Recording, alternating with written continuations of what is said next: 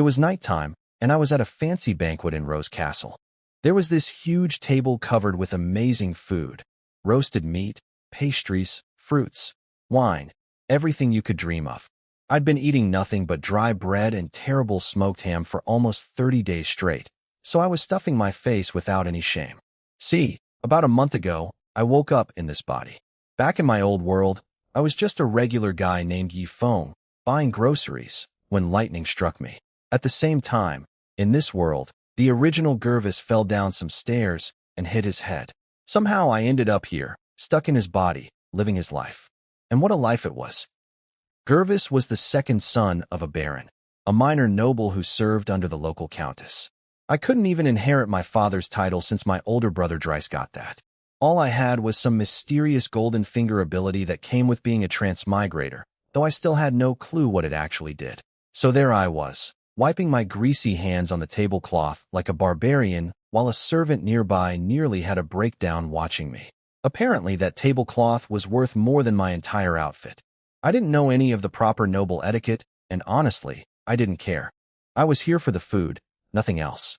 The whole reason for this banquet was that Countess Alice Jones wanted to pick a husband from among her vassals' sons. Every young man in the hall was dressed perfectly, acting refined, practically begging to be chosen. My own brother was putting on his best gentleman act. Even though I knew back home he wiped his hands on his clothes just like I did. When the Countess walked in, I have to admit, she was stunning. Tall, blue eyes, golden hair, wearing a purple gown that trailed behind her. For a split second, I thought maybe I wouldn't mind giving up on struggling through life on my own. But I killed that thought fast. She was a cultivation genius. She already had a lover back at the Royal Academy, and her father had mysteriously disappeared. Everything about her screamed trouble. Besides, if she got angry, she could crush someone like me without breaking a sweat. This was a feudal world, after all.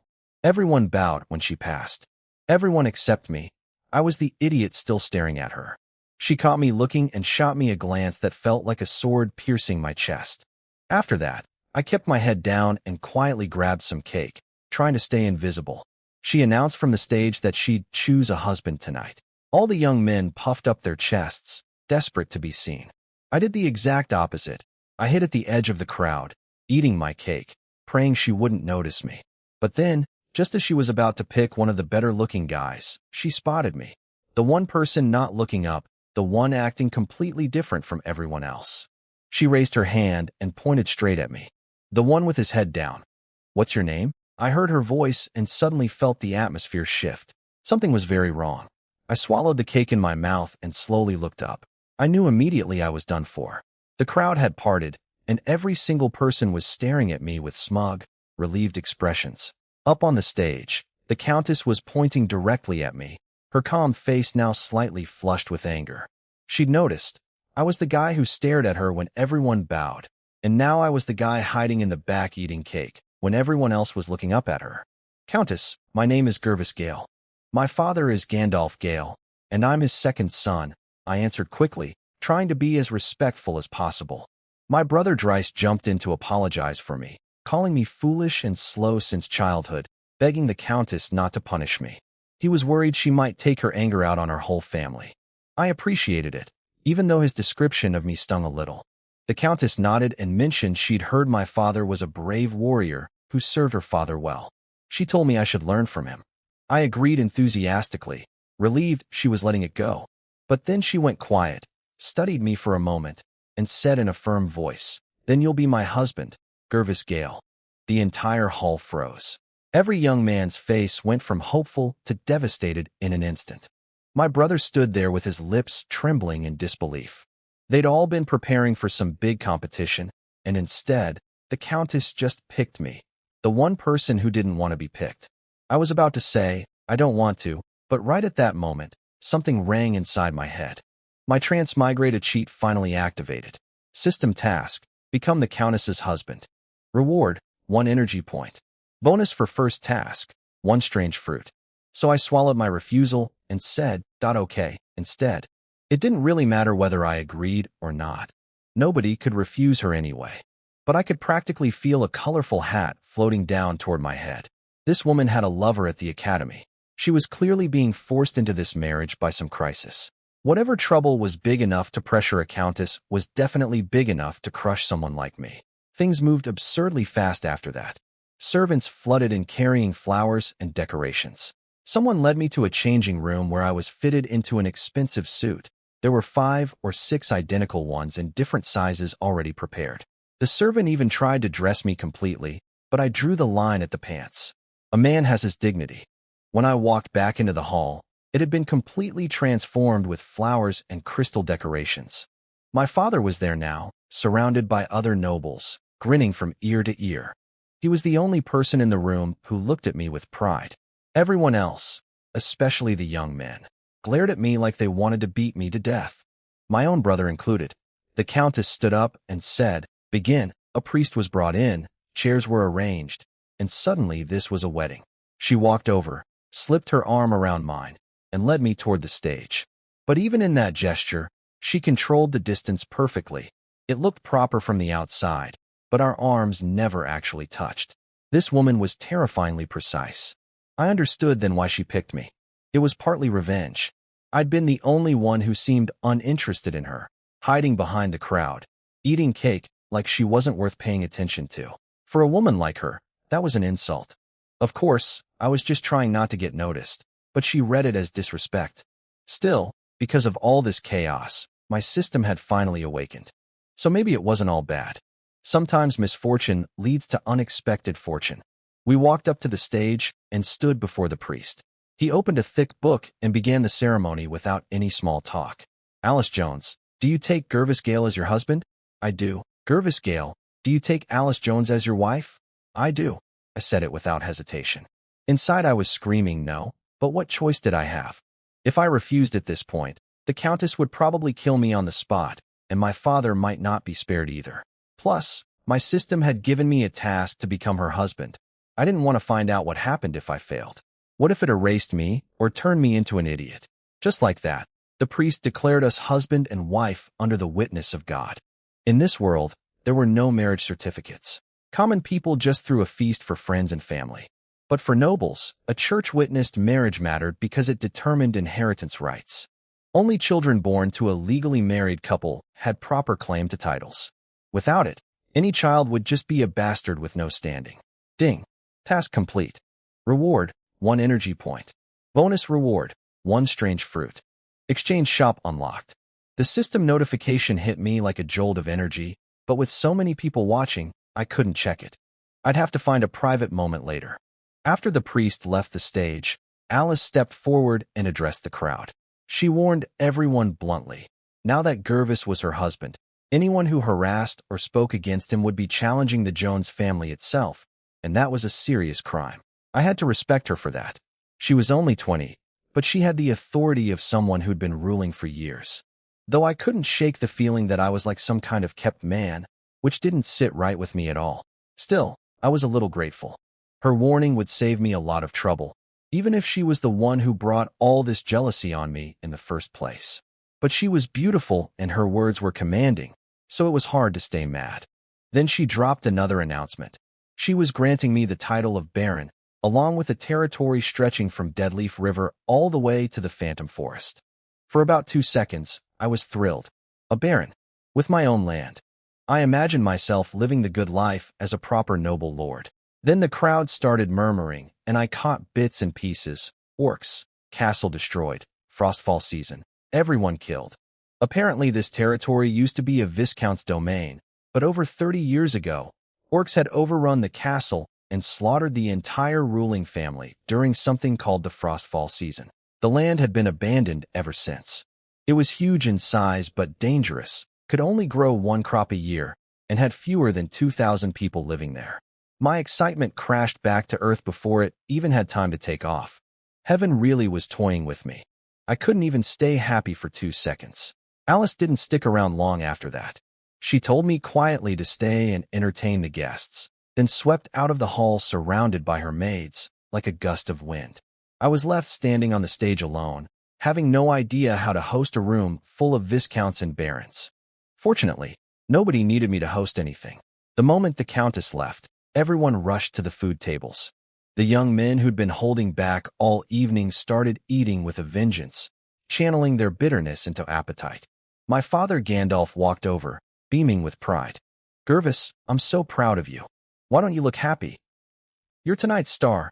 I asked him about the territory, and he laughed it off, slapping my arm so hard I nearly jumped out of my skin. He was a silver rank knight. He had no business hitting a trainee knight like me that hard. Don't worry, he said. It's only dangerous during the frostfall season. The rest of the year it's perfectly safe, just like our own territory. This is great news for you, son. You're a real noble now. Do you know how much I used to worry about you? Then he walked off to drink with his baron friends before I could ask anything else. After my father's reassurances, I set aside my worries for now and headed back to the food table. When I got there, all the young men scattered like I had some kind of disease, moving to other tables to eat. The barons at least said, "Congratulations," before walking away. Nobody wanted to chat with me. The banquet went on for about another hour before people started leaving. Some nobles lived in the city and could go home that night. Others whose territories were far away stayed in the castle's guest rooms. I found my father afterward. He was red-faced from drinking, but still perfectly alert. Being a silver knight meant he could drink buckets without actually getting drunk. Before I could ask him anything important, he started bragging about how he'd been rubbing my good fortune in the other barons' faces, especially Baron Will, who apparently once spent 2 weeks sending letters just to show off about finding some spirit bug amber. My father said Baron Will's nose was practically crooked with anger tonight and would probably go home and beat his 3 sons. I thought it was pretty childish behavior for a bunch of barons. Before I could ask my real questions, a servant came to tell me the Countess wanted to see me. My father told me to go ahead, so I followed the servant deep into the castle. Rose Castle was enormous, at least 10 times bigger than my father's Baron Castle. The hallways were wide, with cabinets full of art pieces every few meters. At one corner, I saw a massive monster head mounted on display. It was half a person tall, covered in scales, with bowl-sized eyes and fangs over 20 centimeters long. It looked like some kind of giant lizard. The servant told me it was a ridge lizard, the mount of an orc leader, killed by the old count 10 years ago during the frostfall season. After climbing 3 flights of stairs, we came out onto an open terrace. The view was breathtaking. Rose Castle was built on a mountainside, with the city of Winterhold spread below, protected by 20-meter walls. Under the moonlight, the whole city looked dreamlike. How does this compare to your father's Baron Castle? Alice's voice came from behind me. There's no comparison, I said honestly. It's like comparing a sparrow to an eagle. I wasn't flattering her. My father's castle was a small flat-ground building, barely 20 meters tall, covering maybe 2 acres including the front yard. She laughed softly and walked to the edge of the terrace. She'd changed out of her wedding dress into a white undershirt with a purple sleeveless dress over it, cinched at the waist. She looked incredible. I swallowed hard. I'm a normal man. Having a woman this perfect standing right next to me, it would be a lie to say I felt nothing. But given her power and fighting ability, thinking was all I dared to do. She noticed me looking but didn't say anything, just kept gazing at the city below. I asked what she needed from me, since I didn't want to play word games all night. My father was planning to ride back to his territory tonight because a mare was about to give birth. Horses were valuable property for nobles. You don't need to call me Countess anymore. Call me by my name, she said. I think you understand the real purpose of our marriage. But since we're husband and wife in name, some things should look different from how you treat others. She seemed satisfied that I was being sensible and not getting any ideas just because of my new title. Then she told me she'd called me up for 2 reasons. The first was to give me something. She waved her hand, and a maid brought over a box. It was square, cool to the touch, incredibly smooth, made of jade, with a rose pattern carved into the lid using tiny hollow cutouts. Even the packaging was impressive. This was a countess, after all. I opened the box and found a spirit bug inside. It was about 10 centimeters long, plump and chubby, with a translucent sapphire blue body and round little eyes staring up at me. It was oddly cute. Alice, this is for me? I could barely believe it. This wasn't just any spirit bug, it was a mutated one. Even my father would never be able to give me something this precious. There's a saying in this world, not every noble owns a spirit bug, but everyone who owns a spirit bug is definitely a noble. Let me explain why this gift was such a big deal. In this world, every noble pours enormous effort into finding spirit bugs. They're the foundation of noble power, and how many you have basically determines how strong your family is. Spirit bugs come from amber found randomly in the wild, in grass, on fruit trees, in random corners. There's no pattern to where they appear. When a spirit bug breaks out of its amber, it starts eating the shell fragments. During that time, you can drip your blood onto the fragments. If the bug eats your blood with the amber, it bonds to you as its master. Miss that window, and the bug opens a space rift and vanishes from this world forever. A bonded spirit bug can open a portal to a pocket dimension, about 1 acre of space with light, air, and soil. Crops grown inside grow 3 times faster than outside, never fail, need minimal labor, and always produce huge harvests. 1 acre inside is worth more than 10 acres of the best farmland outside. Regular green spirit bugs create farming spaces, but the one Alice gave me was a rare, mutated sapphire blue one. Blue spirit bugs are different. Their space is smaller and you can't grow crops in it. Instead, humans can train inside it, and it massively speeds up cultivation. A spirit bug can bond with a master 3 times total during its life. After 3 bonds, it's done. I stared at this precious creature in its jade box, feeling like I was holding something way too valuable. Was she expecting me to do something huge in return? Don't be so surprised, Alice said, reaching into the box to pinch the chubby little bug. For the Jones family, we can spare a few spirit bugs. They're easier to get than evolved ones. Then she dropped the second piece of business on me, and her tone changed completely. You don't need to stay in the castle tonight. I didn't have a room prepared for you. Tomorrow I'll send a messenger to your territory to inform them about you. There are 10 soldiers stationed there who'll serve under you. And unless something important comes up, don't bother me. I wanted to smash the jade box into her beautiful face. She was kicking me out the same night she married me. I liked my freedom and wanted to leave eventually anyway, but being thrown out in the middle of the night was insulting. Still, I looked down at the cute little spirit bug and held my temper. There's no rush, right? I can just sleep in a guest room, I said. I didn't want to ride through the night. My horse riding skills were terrible, and I had 0 money, so staying in the city wasn't an option either. Alice glared at me like I was being difficult. She was clearly doing this as payback for my behavior at the banquet. Without arguing further, she placed her hand on the spirit bug and mentally released her bond with it. A soft glow appeared, and one of 3 golden marks on its back faded away, meaning it had 2 bonding chances left. Hurry up, you have 5 minutes before it opens a space rift and escapes, she said, handing me a small packet of powder. I sprinkled some powder on my finger and held it near the bug's mouth. The little thing had just been released from its contract and was still a bit dazed. It saw food and chomped down hard on my finger. It really hurt. The bug swallowed my blood mixed with the powder, and suddenly I felt a strange new connection form between us. I could sense its emotions. Right now it felt attached to me and was rubbing against my finger affectionately, begging for more of that powder. Alice explained the powder was a local specialty made from 5 varieties of roses, meant to feed the spirit bug once a week. I could buy more in Winterhold when I ran out. Then she started shooing me away again. If you're done, you can leave now. I was furious, but I just received an incredible gift, so I couldn't really complain. Then a brilliant idea struck me. I have one request, I said. Your chef makes amazing food, especially the roasted meat. Could you maybe give me that cook? Get out. I saw her body start glowing with combat energy and ran for my life. Behind me, I heard her exhale sharply, then suddenly start giggling to herself. At least someone found this entertaining. My heart was still pounding from that stunt I pulled. I'd only meant to tease Alice a little, maybe get some dignity back, but when she released even a tiny bit of combat energy, it felt like a blade pressing against my spine. I probably shouldn't have done that. I might be the only person in this world crazy enough to mess with a countess.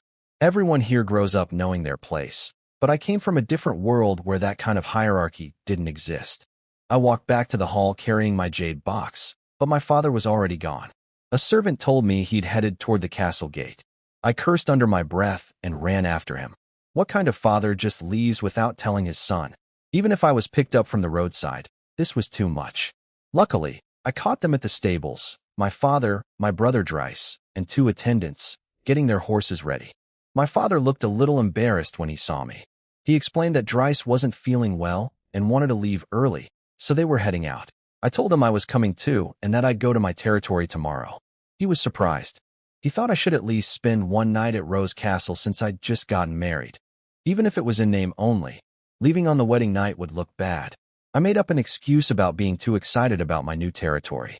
No way was I admitting that my wife had literally kicked me out. My father bought it and told me to be more composed now that I was a baron. He glanced at my jade box. He recognized it as the kind Rose Castle used for spirit bugs. When he became a baron years ago, the old count had given him a green one. But he didn't ask about it, probably because he noticed Dryce was already in a bad mood and didn't want to make things worse. I packed the jade box into a saddlebag, leaving it slightly open so the spirit bug could breathe. Just as I was about to mount my horse, someone called out to me from behind. Two men hurried over. One was the servant who'd helped me change clothes earlier, the one who bowed at 90 degrees. The other was wearing a white cook's uniform. "Sir, the Countess has ordered us to serve you from now on," the servant said. "And this is the chef, the one who makes the roasted meat." I couldn't believe it. Alice had actually sent me the cook. I'd only asked for him to annoy her, never expecting she'd agree. On top of the title, the territory, and the spirit bug, she was now giving me 2 trained servants. She'd seemed furious when I asked, but she still sent them. I made a quiet promise to myself. Once I made something of myself, I'd repay her properly. I wasn't going to be some freeloader. This was a deal, not charity. She needed a husband in name, and I happened to be it. That's how I chose to see it anyway. The servant introduced himself as Thomas, about 30 years old, sharp and capable. He'd been trained in castle management, literacy, and event planning. He was clearly hoping to become my castle steward. The cook was Jimmy, a straightforward, honest type who just cared about doing his job well. Thomas also brought 3 horses, a gift from Alice. They were ordinary horses, nothing special, but still valuable. He explained that my territory only had 1 old horse used for delivering messages, so I'd need these. Everything ready, we mounted up. Thomas tied the extra horse to his saddle. My father shouted the command. We cracked our whips, and the horses took off through the castle's open gates. We rode down a path built along the mountain ridge that bypassed Winterhold entirely, leading straight to the main road below. The path was wide and smooth, lit by torches, with guard towers every 500 meters. Under the night sky, we gradually disappeared into the darkness. We rode through the night for over 5 hours before finally reaching my father's barren territory. The trip usually takes about 4 hours, but riding in the dark with Thomas and Jimmy, who were both terrible on horseback, slowed us down. Honestly, that worked in my favor since I hadn't fully mastered the original Gervis's riding skills either. We passed through the small town and arrived at the castle. It didn't even have a proper name. People just called it the Gale Baron Castle. The gates were shut and the drawbridge was up. Guards on the walls spotted us and sent someone down in a wooden frame lowered by ropes to confirm our identity before opening up. Even a small castle like this had its procedures. Inside, a knight named Sir Nazhen greeted us. He was one of my father's 2 sworn knights, both bronze rank, who took turns guarding the castle and patrolling the territory. They'd also been teaching me and my siblings combat skills, so we always showed them respect. My father immediately asked about Big Flower, his pregnant mare. When Sir Nazhen said she was about to give birth, my father rushed off to the stables without a second thought. In a world where knights were the backbone of military power, a good horse was incredibly precious. I had the servants set up rooms for Thomas and Jimmy, ordered hot food for everyone, then headed straight to my room. After 5 hours on horseback, I desperately needed a bath. But more importantly, I was dying to check my system. I sank into the bath, focused my mind, and a panel appeared before my eyes. It was simple. On the left was a button labeled Search, with a gauge showing 1 first, meaning I had 1 energy point, and it cost 1 to use. I had no idea what the search function actually did, so I decided to wait until I reached my own territory to test it. Didn't want anyone in the castle seeing something strange. On the right was the exchange shop. It had 4 item slots, each showing a different colored fruit. Only one, a golden fruit, was lit up, marked X1. The other 3 were dark. Below them, a gauge read 1/10, meaning it cost 10 energy points to buy 1 fruit from the shop. I'd only earned 1 point from my first task, so that would take a while. The golden fruit was my bonus reward for completing the first task. I focused on it, and suddenly it materialized in my hand. A small fruit about the size of a lychee, giving off an indescribably sweet fragrance that made me want to bite into it immediately. But should I eat it? I hesitated. I'd never seen anything like it. What if it was poisonous? I'd just gotten a whole territory. Dying now would be a terrible waste. Then again, what if it had a time limit and lost its effect if I waited too long? I thought about testing it on a cat or dog first, but it was the middle of the night, and the fruit was too small to share anyway. This system came with my transmigration, I told myself. There's no reason it would try to kill me. I popped it into my mouth and chewed. A warm, sweet stream flowed down my throat and into my stomach. Within seconds, the fruit had dissolved completely, not even a trace left in my mouth. My whole body felt warm and comfortable. Maybe it was the exhaustion from the long ride, or maybe it was the fruit's effect, but leaning against the edge of the bath, I drifted off to sleep. Bang, bang, bang. Gervis, are you done washing? Get out here. I woke up confused, still in the bath. I'd fallen asleep right there in the water. The person screaming outside my door was my younger sister, Bonita Gale, the 15-year-old menace of this household. Bonita had always hated me because of how things worked in this family. My father had 2 sworn knights already, and the territory could barely support a third. If I became a knight and got promoted to a lord, there'd be nothing left for her. Without a title, her best option would be marrying some noble. So she took out all her frustration on me, constantly challenging me to sparring matches that were really just beatings.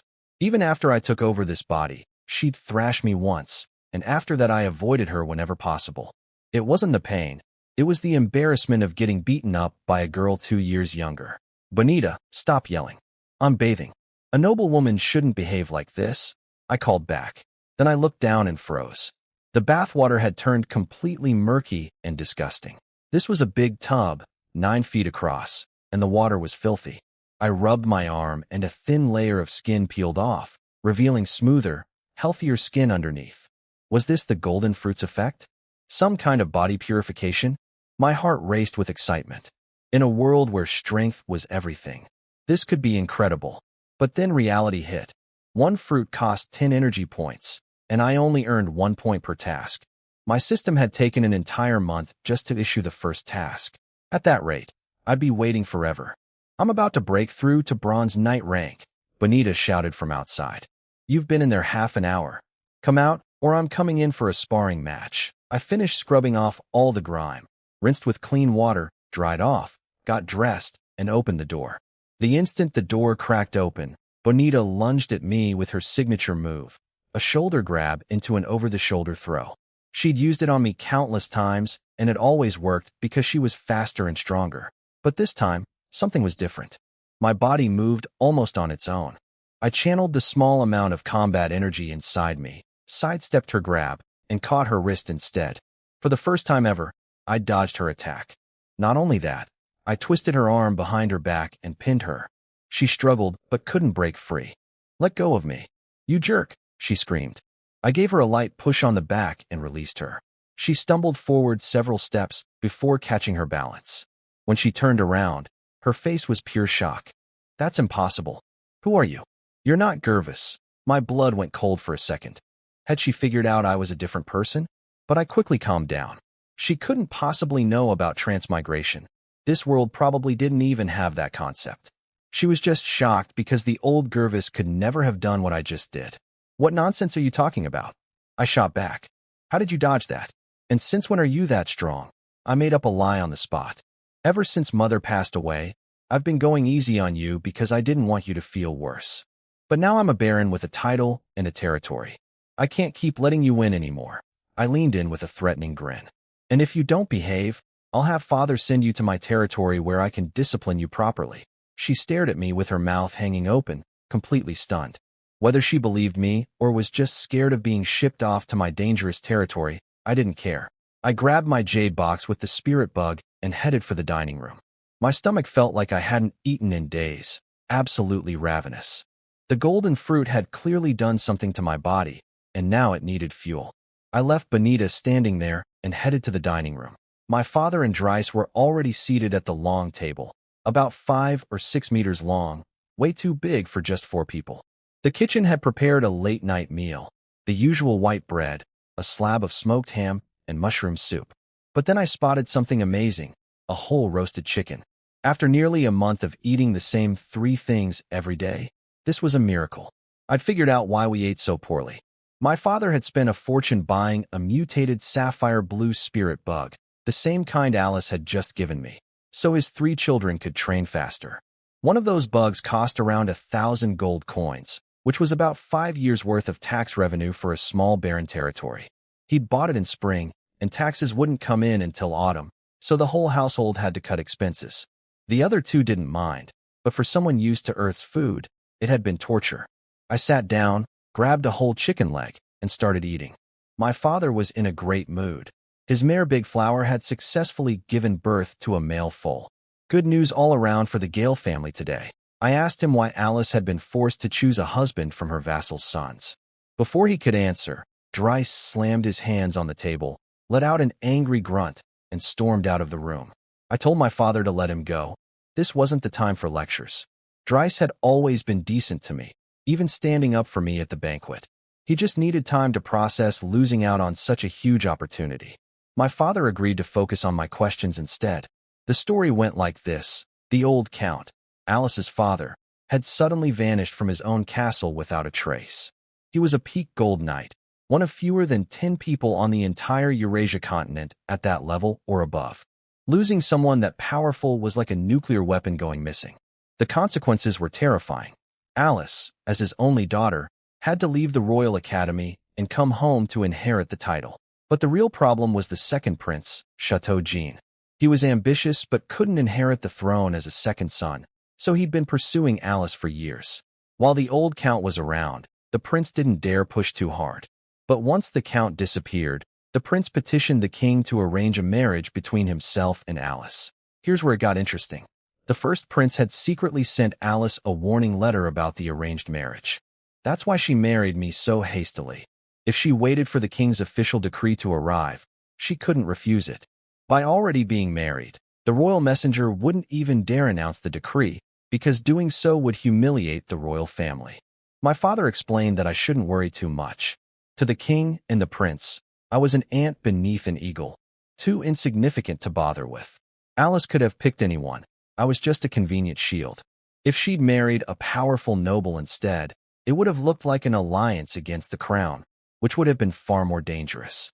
That made sense, but I reminded myself to stay cautious.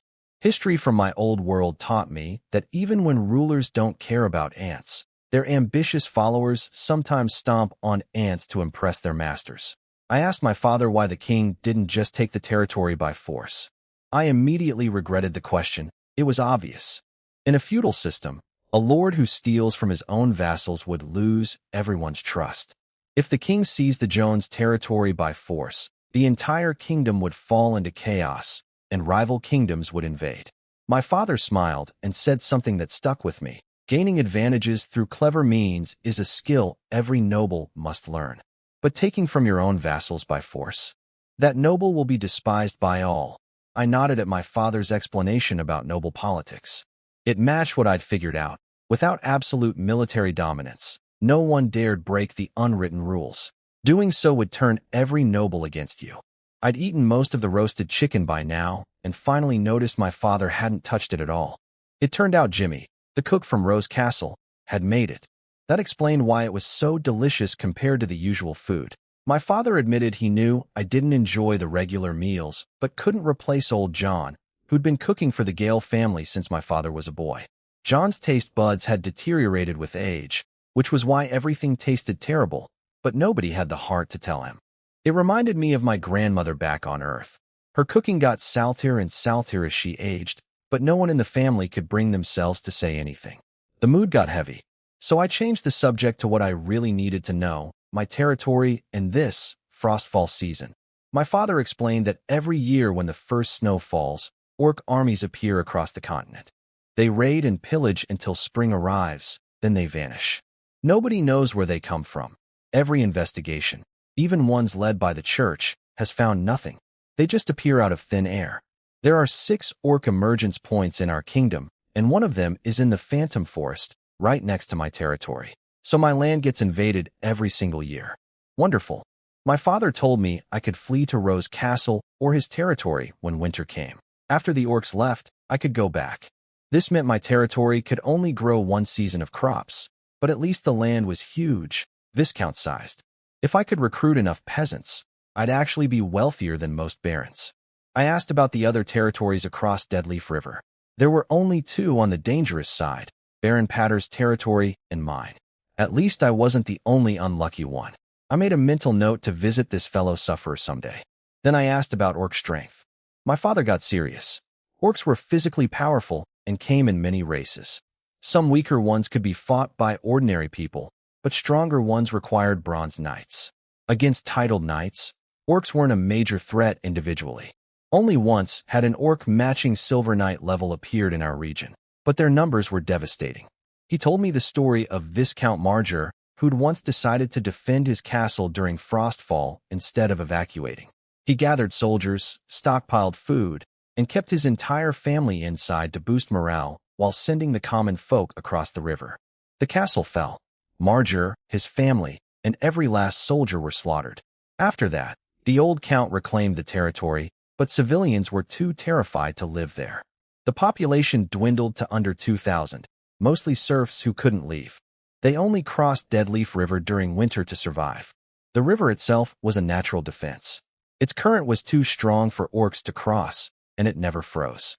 There was only one bridge, and every winter the Countess stationed the Rose Knight Order there. 1,000 trainee knights, 200 bronze knights, and 10 silver knights, plus 5 vassal nobles on rotation. No orc had ever crossed that river. Never try to hold your territory against the orcs, my father said firmly. Viscount Marger paid with blood to teach us that lesson. Come to Rose Castle, or come here. No one will mock you for it. Don't worry, father. I won't do anything stupid, I said. I'd grown up in the information age.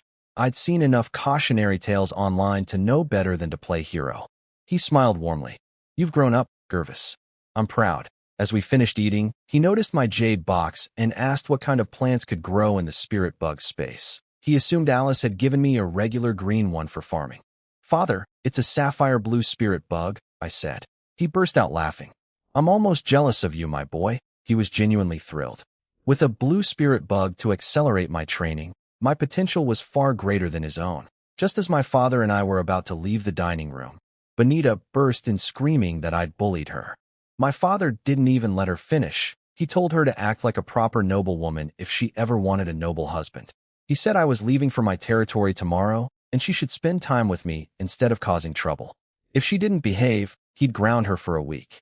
Then he walked out without looking back. I couldn't help laughing. She'd spent years beating me up, and now that I'd fought back once, nobody believed her when she tried to complain. She was furious, but too scared of being grounded to argue. I asked her what she actually wanted. After some huffing, she finally told me. Her friend Vivian had asked her to check on me. That name hit me hard. Vivian was Sir Noshin's daughter, 15 years old like Bonita. She and the original Gervis had grown up together, childhood sweethearts. Since I took over this body, I'd been avoiding her because I hadn't absorbed enough memories to act natural around her.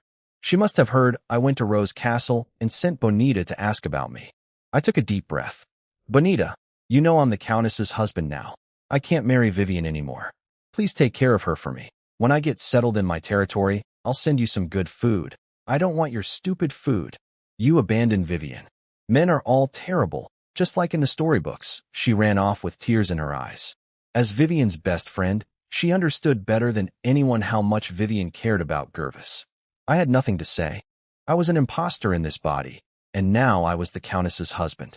Even though these feelings came from the original Gervis's memories, they'd merged with my own. He and I weren't really separate anymore. That night, I couldn't sleep at all. I lay awake thinking about that girl until dawn, when I managed a half-hour nap. At breakfast, my father noticed my panda eyes and asked what happened. I told him the truth. It was about Vivian. He understood. He'd always approved of the match and had planned to formally propose to Sir Noshin once Vivian came of age. She's a good girl, he said sadly. But now that you're the Countess's husband, even in name only, you can't marry her. I'll explain everything to Noshin. It's not your fault. I know all that, father. I'm just worried about Vivian. Don't worry, I'll have your sister spend more time with her. At your age, You'll both find someone new before long. Was that supposed to be comforting? It felt more like a punch than a pep talk. I barely ate anything and decided to leave early, before Benita went to find Vivian. I didn't want to risk running into her. It would only make things harder for both of us. Father, I'm heading out. Take care of yourself, I said from horseback, waving goodbye. You're my pride, Gervis. Take good care of your territory. His face was calm, and I couldn't tell whether he was happy or sad to see me go. I cracked the whip and rode out of the castle. Behind me followed 5 people, Thomas and Jimmy, plus 3 veteran soldiers my father had assigned as my guards. They weren't titled knights, but they were experienced fighters who'd served my father in battle. As long as we didn't run into a titled knight, they could keep me safe. Their families would follow later with a supply convoy. As we rode away, I didn't know that behind us on the road, Bonita was walking alongside a golden-haired, green-eyed girl, leading a white horse. That was Vivian, nothing like Alice's cold beauty, but a sweet, gentle girl with an innocent look about her. Bonita was trying to convince her not to chase after me, saying it would only make her sadder. She mentioned that I'd at least had the decency to leave Vivian a horse as a gift, since I knew she loved riding. No matter how hard Bonita tried to talk her out of it, Vivian kept walking toward the castle without saying a word. Before I left that morning, I told a servant to deliver one of my horses to her, a white mare. In the original Gervis's Memories, Vivian had always dreamed of owning a horse and becoming a knight, but her father Sir Nazhan only had 3 horses, 1 warhorse he'd never part with, and 2 old ones for hauling goods. Alice had given me 3 extra horses, and after Thomas and Jimmy each took one, there was 1 left over. It was all I could do for Vivian right now. We rode hard all morning without stopping. As we got farther from my father's castle, the road worsened and the villages and farmland disappeared, replaced by wild grass and scattered trees. This world had so few people that most land was undeveloped. Everything revolved around the castle. The farther you went, the more desolate it got. Between territories, there were buffer zones of 3 to 5 kilometers that officially belonged to the overlord, in our case, Countess Alice. In practice, nobody managed these strips. The unspoken rule was that neighboring lords each took half for gathering resources, but couldn't station troops or build settlements there. It kept the peace. At noon I called for a rest. The 3 guards scouted the area briefly, then I told them to relax. We were still in my father's territory, and they'd been riding just as long as I had. Jimmy got to work cooking. My father had ordered a sheep slaughtered that morning and sent the meat with us. Enough for 2 meals if we ate it before the heat spoiled it. While Jimmy cooked, I sat on a rock and looked over a supply list my father had given me. Since I was starting from nothing, he'd arranged to send grain, seeds, iron, and other essentials to my territory in a few days. It was basically my share of the family assets, my separation package. Without a noble father backing me up, I'd have been completely helpless. I doubted my 2,000 impoverished serfs had much to offer. Thomas brought me a wet towel without being asked. The man was sharp. I asked if he could read, and he told me he'd learned reading, arithmetic, and castle management at Rose Castle. I was impressed. Literacy was extremely rare in this world. Even at my father's castle, only the steward could read. I handed Thomas the supply list and told him he'd be in charge of checking the shipment when it arrived. If he handled it well, I'd make him my castle steward. His eyes practically glowed. When Jimmy finished roasting the lamb and the smell filled the air, the 4 other men were all swallowing hard. Meat like this was a luxury they might get once or twice a year. I walked up, took the knife myself, carved portions, and handed the meat to each person individually. I knew this was a chance to win their loyalty. These men had been assigned to serve me. But there's a big difference between following orders and genuinely wanting to follow someone. I didn't expect one meal to earn their hearts, but it was a start. What I didn't fully realize was how significant this gesture was in their world. A noble personally serving food to his subordinates was almost unheard of. The rigid class system meant most lords used money and intimidation instead. I only did it because I had no money and no real power, but it hit harder than I expected. I could see it in their faces when they took the meat from my hands. The journey from my father's territory to Deadleaf River took 3 days. The first day was manageable, but on the second morning I woke up with every muscle screaming in pain. The insides of my thighs were raw from the saddle, and the food for the last 2 days was nothing but dry rations. bread and jerky packed with so much salt, I had to soak everything in hot water before I could eat it. Otherwise, I'd drink so much water afterward that I'd need to stop and relieve myself 7 or 8 times along the way. Finally, when I stood at the bridgehead of Deadleaf River and looked across at my territory, my eyes got a little wet. After everything I'd been through, I'd finally made it to my own land. It hadn't been easy. Standing on the bridge over Deadleaf River, I looked at the stone walls lining the riverbank on the side I'd come from, smooth, 10 meters high, built to double as fortifications against the winter orc invasions. But on my side, there was nothing, just overgrown grass and emptiness. We hadn't seen a single person for the last hour of riding. My territory felt like an abandoned child, left to be raided year after year. I swore to myself I'd fix this someday. I was a transmigrator with a system. There had to be a way. I set myself a little goal right there on the bridge. Earn 1 million or so gold coins and build a massive army. Never mind that 1 million gold coins was basically the equivalent of billions back on Earth. Dream big, right? After half a day more of riding, I finally reached the only town in my territory, Seaside Town, named because it sat near the coast. 30 years ago, it had been the most prosperous settlement in the former Viscount Marger's domain. What I saw nearly broke me. It wasn't a town. It was barely a village. Rows of crumbling wooden shacks and thatched huts lined muddy roads. I counted maybe 3 stone buildings, all covered in moss.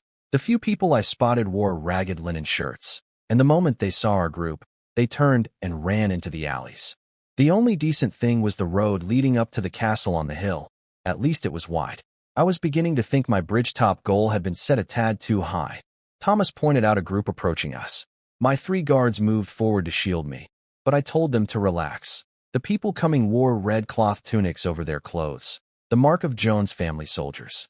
In this world, only wealthy nobles could afford to give their troops identifying uniforms. Small lords just armed their men with whatever was available: farming hoes, wood axes, sharpened sticks. 15 people arrived. 14 were soldiers, and one was a man in a green robe who introduced himself as Igor, a herald sent by the Countess. He presented me with 2 leather scrolls, my official Baron certification and my territory deed. I checked them, and everything was in order. I made sure to be polite with Igor, calling him Sir, even though he was just a minor lord without territory, working as a messenger in Winterhold. In this world, it paid to be friendly with the people who worked around your overlord. He seemed genuinely surprised and pleased that a baron, and the Countess's husband, would treat him so respectfully. I invited him to stay the night, but he declined, saying he needed to report back to Rose Castle before dark. Fair enough. The goodwill had been offered either way. I'd originally fantasized about doing an undercover tour of my town, like emperors did in TV dramas. Maybe even stumble into some heroic rescue scene. But one look at the muddy streets, which I was certain were mixed with human waste based on the smell reaching me from the road's edge, killed that idea completely. After Igor left with his escort, I turned my attention to the remaining soldiers. Only 7 stood before me. The Countess had said there were 10 stationed here. So where were the other 3? And where was their captain?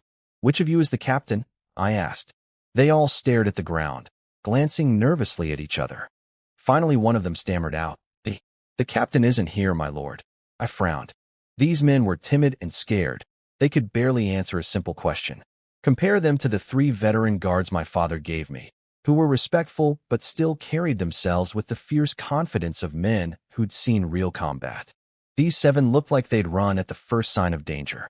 If a handful of bandits showed up, they'd probably be wiped out before drawing their weapons. This was going to be even harder than I thought. Where is your captain? I asked, keeping my voice calm. My lord, we don't know. He left early this morning, one soldier finally answered. The fact that their captain could leave without telling anyone where he was going told me everything I needed to know about how things were run here.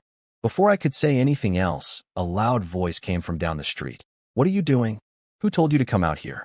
Get back to the castle. The shouting cut off abruptly. A man emerged from a side alley with 2 followers behind him. Each follower was carrying a live chicken. Their clothes were messy, and the whole picture reminded me of every TV drama villain I'd ever seen. Local thugs who bully the common people. This was Benny, the guard captain. He'd been stationed here for 1.5 years with 5 years of duty total. From what I'd later pieced together, the man was rotten to the core. During his first year, life here had been boring. 2,000 poor serfs scattered across one small town and 3 villages. Nothing to do, nobody to deal with. Then at the start of his second year, right after the orcs retreated from the frostfall season, something changed in him. He'd spotted a young woman washing clothes by a river, and with no one around to stop him, he'd sent the other soldiers away, kept his 2 lackeys, and attacked her. When she screamed for help, the serfs who came running saw it was a guard and fled. Nobody reported it. Nobody dared. After that, he realized he could do whatever he wanted. He started claiming he had the right to exercise first night privileges on behalf of the absent lord, a custom where the territory's noble could claim a bride on her wedding night. He wasn't the lord, but with no real authority around, who would stop him? Just that morning, he'd gone to a village where a serf was getting married, but the bride had run into the mountains to hide. Frustrated, he'd grabbed 2 chickens from the yard and headed back to town. When Benny saw me and my group, he went pale. The horses, the silk clothing, the soldiers standing at attention, all signs of someone important. He pulled himself together and approached. "Young sir, I'm Benny, the guard captain here. What brings you to this place?" He bowed, smart enough to address me directly since I was clearly the one in charge. I let out a cold laugh. I'd seen everything. The cursing, the thuggish swagger, the stolen chickens. I'd watched enough dramas on Earth to recognize this kind of person instantly, but I wasn't going to act yet. I needed to understand the full situation first. Thomas stepped forward and spoke sharply. "This is Baron Gervis, appointed by the Countess herself. From Deadleaf River to the Phantom Forest, everything is his territory now. You and your 10 soldiers serve him. Show proper respect to your lord." Benny's legs nearly buckled. He started shaking and stammered an apology. His face went even whiter when Igor and his escort rode out from the castle on their way back to Winterhold. Igor paused beside me to say goodbye, and I wished him safe travels with a smile. As Igor passed Benny, he glanced at the trembling captain with an amused grin, clearly enjoying the show. For Benny, seeing the Countess's official herald treating me with such respect eliminated any last hope that this might be a misunderstanding. His new lord had arrived, and his first impression couldn't have been worse. I kept my expression neutral but filed everything away in my mind. I had a strong feeling, about 80% certain, that this captain was bad news. The 7 local soldiers seemed timid but not necessarily evil. But Benny and his 2 lackeys? Something was very wrong there. I'd deal with it soon enough, once I had the full picture. "I was just out patrolling the territory, my lord. I'm sorry I wasn't here to greet you," Benny said, trying to sound respectful. "I just gave him a cold. Oh, and told everyone to lead me to the castle." As we walked through Seaside Town's main road, I got an even worse picture of my territory's poverty. The side streets were filthy mud paths.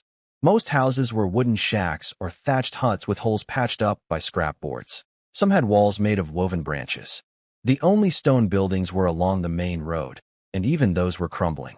I heard the rhythmic clanging of a blacksmith inside one of them. At least there was that. The other 2 stone buildings had their doors and windows shut tight. Past the town, a few minutes of walking brought us to the base of the castle. And this is where my mood completely turned around. Marger's castle was built on a hill about 20 to 30 meters high, with steep cliffs on all sides. The only way up was a single slope about 10 meters wide leading to the front gate. It was 4 times larger than my father's castle and practically a fortress. Without explosives, which didn't exist in this world, attacking from below was nearly impossible. Any enemy army would have to squeeze through that one narrow path. No wonder Viscount Marger had been confident enough to try holding it against the orcs. Standing at the base looking up, the castle loomed like a giant blocking out the sky. I felt a surge of pride. This was mine. Inside the front gate was a large open courtyard, much bigger than my father's, but overgrown with weeds after 30 years without a proper lord. Along the left wall stood a row of wooden huts where the guards lived. Laundry hanging outside, garbage scattered on the ground. Soldiers weren't allowed inside the inner castle. That was for nobles only. The guards looked terrified when they saw me eyeing the mess. I let it go for now. They'd learn. When we pushed open the heavy inner castle doors, the rusty hinges screeched like something from a horror scene. But inside, it wasn't as dusty as I'd expected. Someone had been cleaning regularly. The place only needed a light sweep before it would be livable. "Is this place cleaned regularly?" I asked Benny. Yes, my lord. There's a standing order from Winterhold to have serfs come clean once a month. I didn't press further. Today was about settling in, not interrogations. Tomorrow I'd start sorting out the real situation. These soldiers' lives were in my hands now. Small mistakes I could forgive. But if anyone had done something truly terrible, I'd use their punishment to win the hearts of my people. These serfs were poor and oppressed, but I understood that they were the foundation of everything. I wasn't going to play savior, but I refused to be the kind of lord who ignored his people's suffering. What I didn't know yet, but would soon discover, was that Benny's crimes went far beyond stolen chickens and bad attitudes.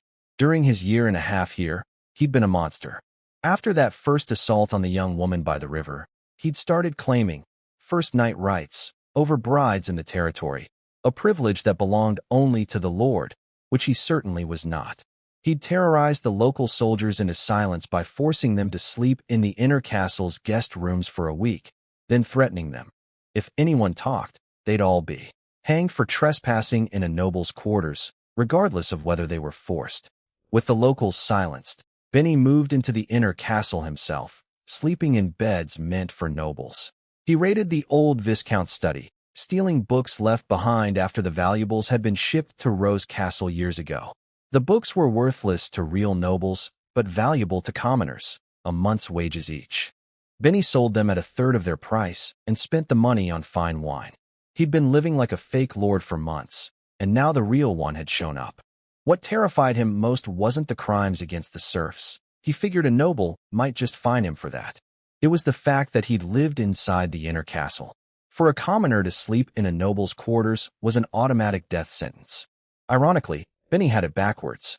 I wouldn't have cared much about him sleeping in fancy rooms. But hurting innocent people? That was the thing I would never forgive. I stepped into the inner castle and immediately felt a cool breeze wash away all the summer heat. The place was in surprisingly good shape. No damage from the orc invasion decades ago, at least not on the inside. The third floor where I'd be living was fully intact. I was satisfied, but it still needed a proper cleaning before anyone could move in. Thomas handled that. He went to town with Benny and recruited 20 serfs to scrub the castle inside and out. Meanwhile, I stood on the castle walls and surveyed my domain. The view was incredible. The sky here was so clear, nothing like Earth with its haze. Seaside town looked tiny from up here, a few scattered buildings floating in an endless sea of green wilderness. Beautiful, but it drove home a harsh reality.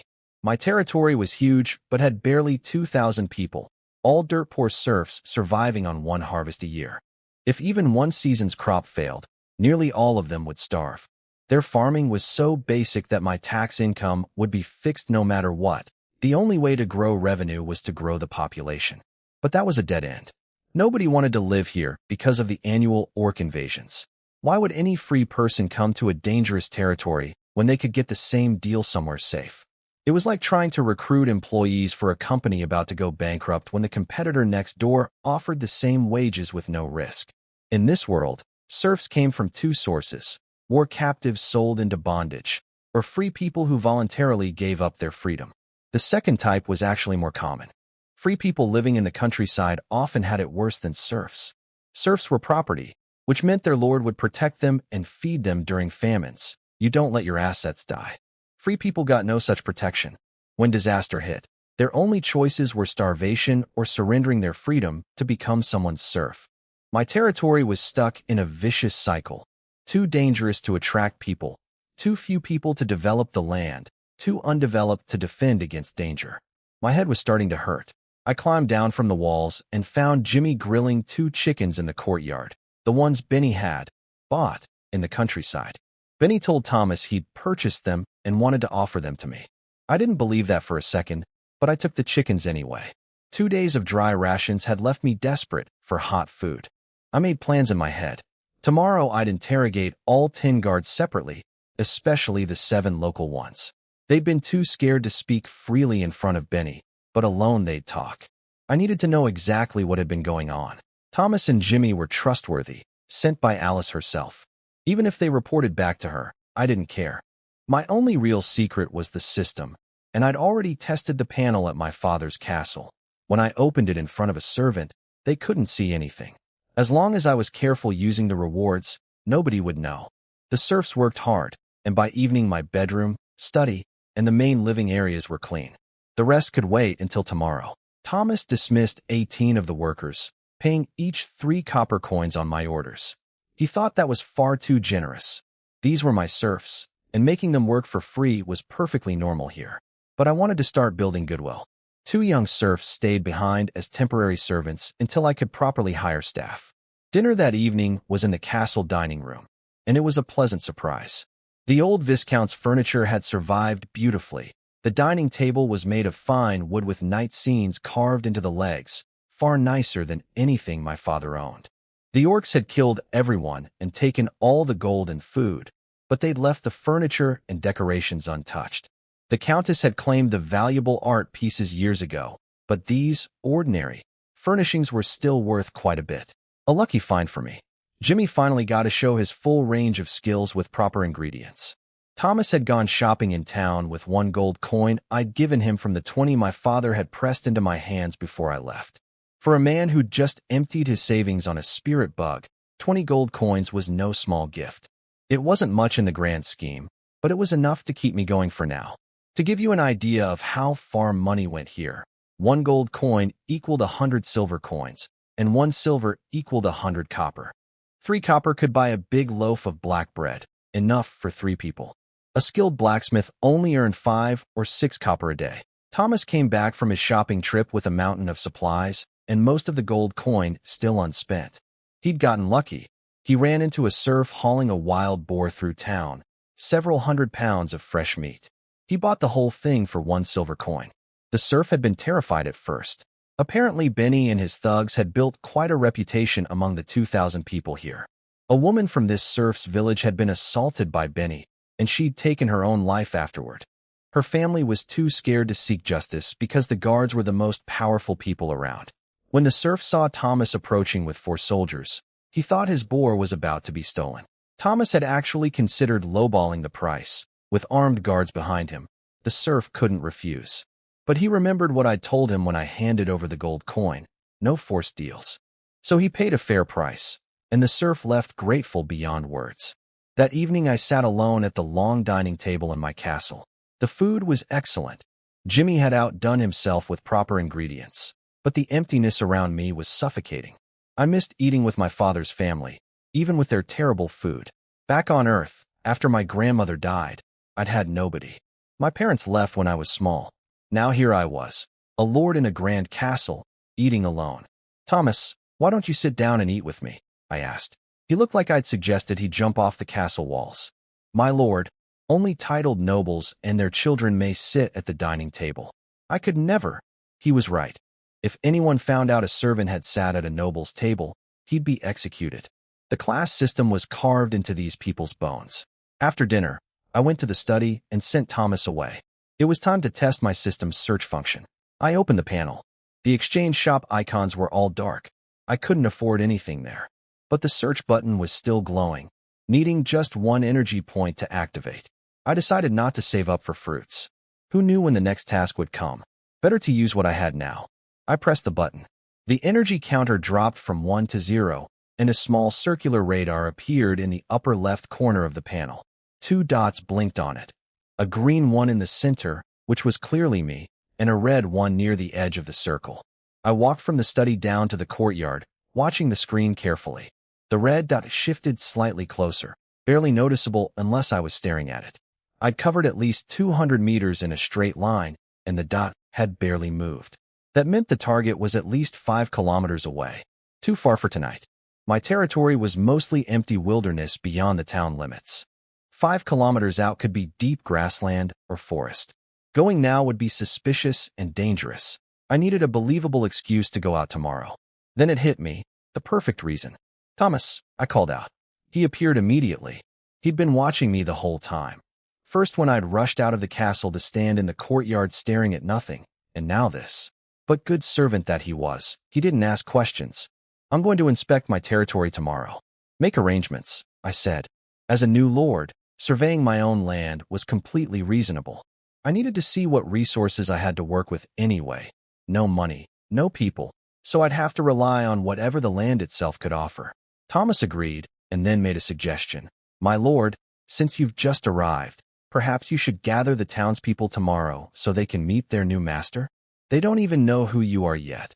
Thomas's suggestion about meeting the townspeople made sense, but I wasn't one for ceremonies.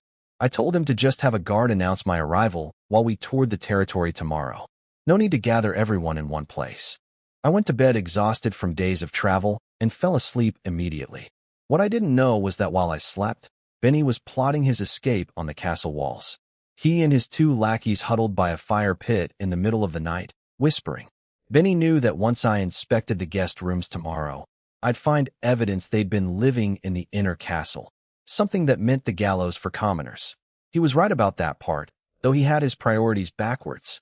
The rooms wouldn't have bothered me much. It was his crimes against the people that would have sealed his fate. Benny had 5 gold coins hidden in a guest room, along with a letter from someone called Viscount Lenny. He told his men they'd flee to this Viscount for protection, promising each of them 1 gold coin. What he didn't tell them was that his connection to the Viscount was barely real. The Viscount had only contacted him because of his position as guard captain here. Once Benny became a fugitive, that Viscount would probably just arrest him and take the money back. His lackeys hesitated at first. Running meant never seeing their families again and possibly getting them punished too. But the promise of gold and a noble protector won them over. They knew the castle layout perfectly after a year and a half.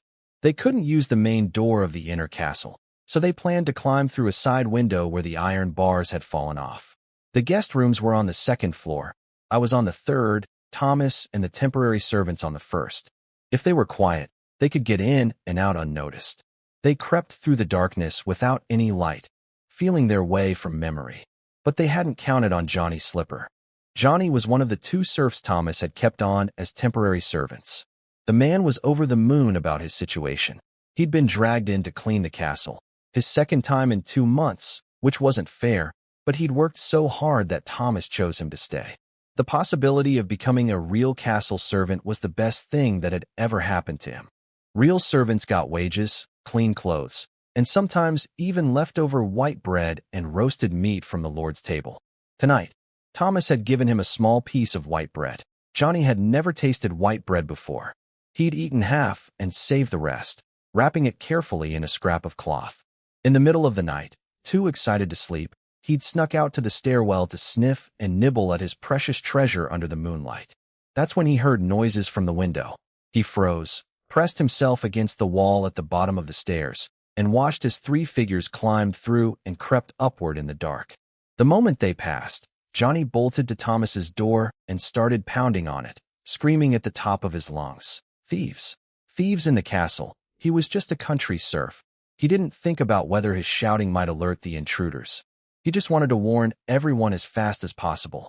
His voice echoed through the entire building, reaching even the guard stationed at the 3rd floor stairway outside my room. That guard snapped awake and rushed to my door, knocking urgently. "My lord, wake up! There are intruders in the castle." I jolted out of sleep, confused. Intruders? In my own castle? I didn't waste time thinking about it. I jumped out of bed in just my shorts, threw on a chainmail shirt and leather armor over it, grabbed my sword, and opened the door. Ike, one of my father's guards on night watch at my stairway, was gripping his heavy sword with both hands, eyes locked on the stairs. He told me he'd heard someone screaming about thieves on the lower floors. Seconds later, Thomas and the other 2 guards came sprinting up the stairs. Thomas was barely dressed. It was summer, and everyone slept naked. He'd thrown on a shirt and run.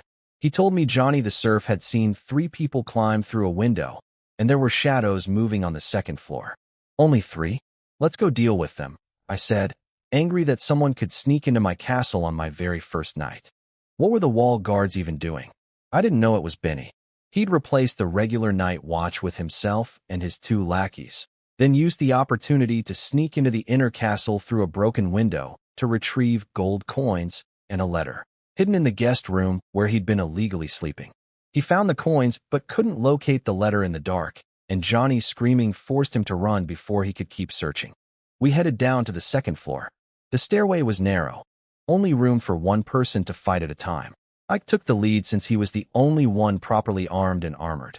The moment we reached the 2nd floor landing, 3 dark figures came rushing toward us. Ike reacted instantly. Years of battlefield experience kicked in. He swung his sword sideways and caught the first man right in the neck. The guy didn't even manage to raise his weapon. He dropped to the ground, clutching his throat, making horrible gurgling sounds. "Push through. It's die or fight," I heard someone shout. It was Benny. He shoved his remaining lackey forward and charged behind him. The lackey thrust his sword straight at Ike's stomach, while Benny swung a chop at Ike's head from behind. "Watch out," I yelled, but the stairway was too tight. We couldn't fight side by side without hitting each other. Ike dodged sideways and blocked Benny's chop. Sparks flew as the blades clashed, but the lackey's thrust caught him in the stomach. Ike lost his balance and fell backward. Something exploded inside me. Seeing Ike go down, not knowing if he was alive or dead, my fear vanished completely, replaced by pure rage. "Kill them," I roared. My other two guards, Lori and Audrey, leaped over Ike's body and charged after the two remaining intruders. I followed right behind with my sword raised. They chased them down the stairs, fighting in the narrow space. The intruders could only retreat step by step, desperately blocking blows. Benny was trapped. Pursuers above, and the sound of more footsteps from below. Thomas must have gotten the outer guards to open the inner castle doors. They were closing in from both sides. The escape window was just 2 steps away, but Lori was swinging his sword like a madman, using the height advantage to keep them pinned. Then I saw Benny glance at the window, then at his own man, and I watched him make his choice. Benny shoved his lackey hard into Lori's chest. Both of them crashed to the ground in a tangle of limbs, swords clattering away. Audrey kicked the loose weapons aside and lunged past the wrestling pair toward Benny, but the man was already halfway through the window. Audrey's sword only caught Benny's belt. A scratch, nothing more. Benny was gone. I stepped forward, raising my sword over the lackey who was pinned on the ground, ready to kill the man who'd stabbed Ike. "Please spare me. I surrender. I surrender," he screamed, throwing his hands up. I stopped my blade just centimeters from his skull. Every part of me wanted to bring it down, but I forced myself to hold back. I needed him alive. I needed answers. I sheathed my sword but kept the tip at the prisoner's neck, looking ahead just in time to see Benny disappear through the window. The guards from outside rushed in with torches and weapons, asking if I was all right. "I'm fine." That was Benny. He escaped through the window. "Go after him. 10 silver coins to whoever catches him." I needed them motivated. 10 silver was a year's salary for these men, and they were the only ones who knew the local terrain. On the floor near the window, I found a cloth bag that must have fallen when Audrey's sword caught Benny's belt. Inside were 5 gold coins. I tucked them into my chain mail without hesitation. Good find. Then I saw Ike. He'd gotten back on his feet and was stumbling toward us, one hand on his sword, the other pressing his bleeding stomach. Blood was dripping through his fingers onto the floor.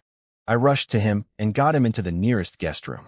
After examining the wound, I breathed a little easier. The thrust had sliced across his abdomen rather than piercing straight in. It was deep and had bled heavily, but as long as no organs were damaged, he had a chance. I sent the serf Johnny, the hero who'd raised the alarm, to hold pressure on the wound while I ran upstairs for medicine. My father had packed some wound powder, similar to what ancient earth doctors used on sword cuts. Thomas brought needle and thread from town, and Jimmy boiled water. Then I did something that shocked everyone watching. I cleaned the wound, and sewed it shut with the needle and thread. The stitching was ugly. I had 0 medical training, and was just going off common sense from novels I'd read, but the bleeding stopped. I cleaned it again, applied the powder, and wrapped bandages around his waist. Thomas, Jimmy, and Johnny stared at me like I'd performed a miracle. They'd never imagined needle and thread could be used on human flesh. Without antibiotics, the rest was up to Ike's body. I told Thomas to change the dressing daily. I went to the study and told Thomas and Lori to interrogate the captured man. After an hour, they got everything out of him. The full story made my blood boil. Benny and his 2 lackeys had assaulted a young woman by the river. She'd killed herself afterward, and her family was too afraid to say a word. He'd been stealing from villagers, claiming first night rights over brides, a privilege only the actual lord could exercise.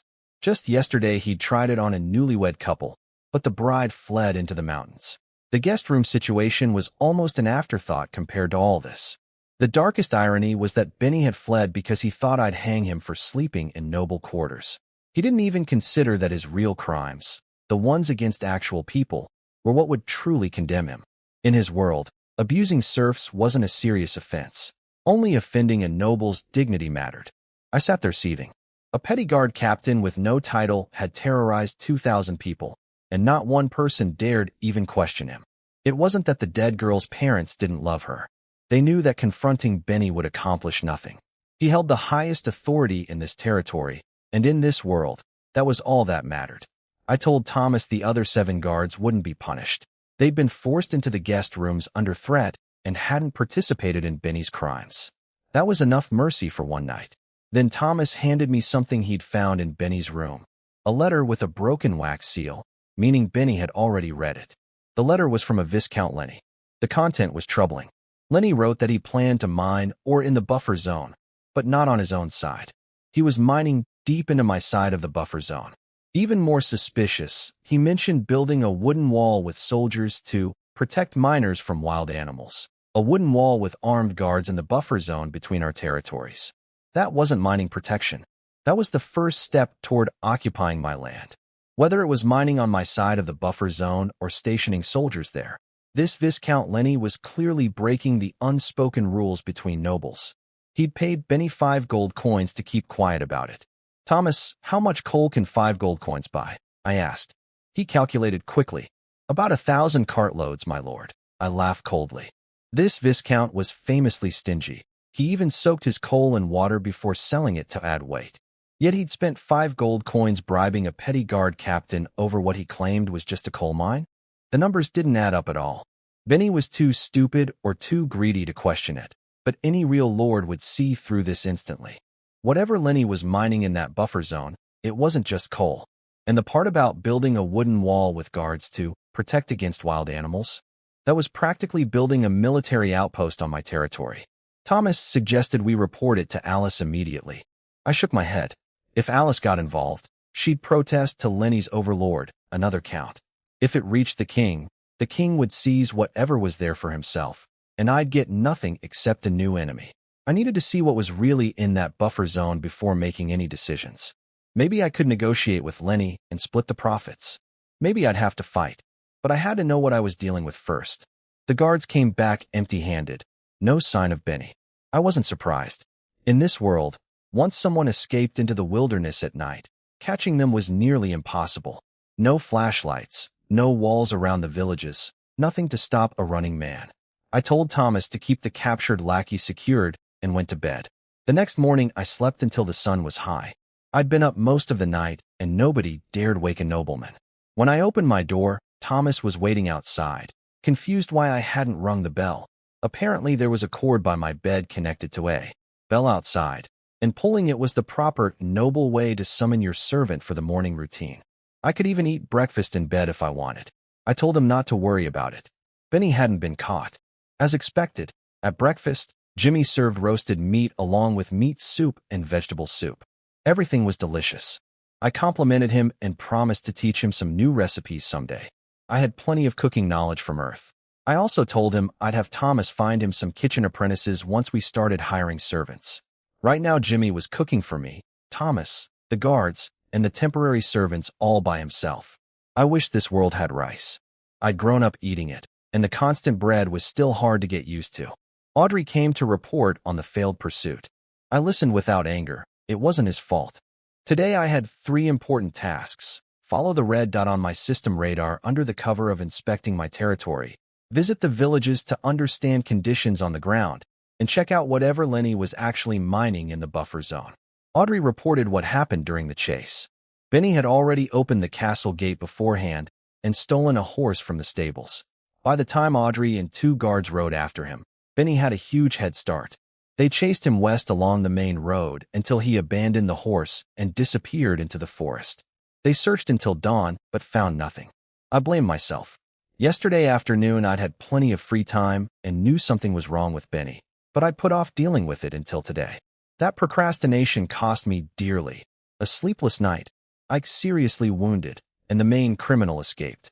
On Earth, procrastination meant a late assignment or a missed deadline. Here it meant blood. I made a mental note. Never again. From that morning on, I changed my approach. Everything would be handled immediately. I had Thomas stay behind to recruit servants for the castle while I prepared to inspect the territory. In the courtyard, a flat cart was hitched to one of the horses. Tied to a wooden cross on the cart was Benny's surviving lackey, gagged with cloth. The one I had cut down in the stairway had already been hung up on a pole in the town square on my orders. It wasn't cruelty, it was strategy. These men had terrorized the people here. If I arrived as a new lord and let their crimes go unpunished, the serfs' resentment would eventually shift to me. But if I punished the guilty publicly, I'd win their trust and loyalty quickly. Most nobles considered peasant goodwill worthless. I disagreed. A lord needed his people's cooperation to build anything. Before leaving, I publicly rewarded Johnny with 20 copper coins and a whole loaf of white bread for raising the alarm. The other temporary servant watched with undisguised envy. I rode out with Audrey, Lori, and 2 local guards. My system radar was guiding me. The red dot was somewhere to the south, along the road toward the seaside village. Meanwhile, at a place called Blackstone Castle, Viscount Lenny was having a very bad day. News had reached him that the abandoned territory next to his had been granted to a new baron. He flew into a rage, smashing a fruit platter on the floor while his servants trembled. He'd been secretly mining something valuable in the buffer zone, something far more precious than coal, and had only dared to start because the old count had disappeared. Now a new lord was right next door. He ordered his steward Tabby to go to the mining camp immediately. If the new baron discovered it, they were to block him from getting close. They could kill anyone in his escort if necessary, just not the baron himself. I knew nothing about this as I rode through my territory. Along the way, we passed serfs heading home for lunch, barefoot or in grass sandals, wearing rough linen shirts. They froze when they saw us, trembling at the roadside. My guards shouted announcements as we passed each group. Their new lord had arrived. Benny's crimes had been punished, and anyone who found or captured Benny would receive 1 silver coin. The serfs dropped to their knees. I wasn't comfortable with that, but I understood it was this world's custom and I couldn't change it.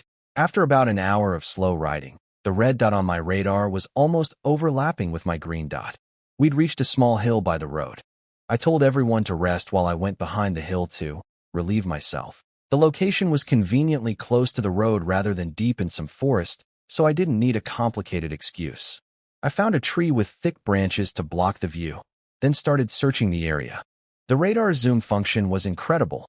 As I got closer, it magnified the view until I could narrow the target down to a meter or 2. The red and green dots had fully merged, meaning I was standing right on top of whatever it was. But I looked around and saw nothing. Just dirt, grass, and a few small trees. I scratched my head, completely stumped. This was my first time using the search function, and I had no idea what form the treasure would take or how to actually find it. I searched everywhere around that hill, every tree, every bush, every patch of ground, and found absolutely nothing. I was starting to think my system's search function was a complete scam. Not even a single coin. My mood plummeted like losing a lottery I'd been dreaming about for weeks. Out of frustration, I kicked a pile of small stones at my feet. That's when I saw it. Among the scattered pebbles, a brownish transparent stone rolled out, completely different from everything around it. I snatched it up and held it to the light. Inside was a tiny creature that looked exactly like a spirit bug, frozen and motionless, but perfectly detailed. A spirit bug amber crystal. My heart nearly exploded. If the search function could find these, I was set for life. Even a common green spirit bug in amber was worth at least 100 gold coins. A mutated blue one could sell for 1,000 or more. And if I kept them, I could use them to train knights for my territory.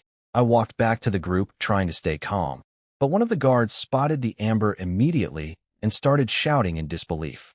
They all knew what it was. Everyone in this world was trained to recognize spirit bug amber on sight, because nobles offered massive rewards for them. "You must be blessed by the knight's glory," they exclaimed. I let them believe I'd found it by pure luck while relieving myself. Better they think I was supernaturally fortunate than suspect I had a cheat ability. I packed the amber carefully into a saddlebag on my belt. This thing was worth at least 100 gold coins, and losing it wasn't an option. When I checked my system panel, the radar was gone and the search button had gone dark. 0 energy points remaining. I wished the system would hurry up with a new task.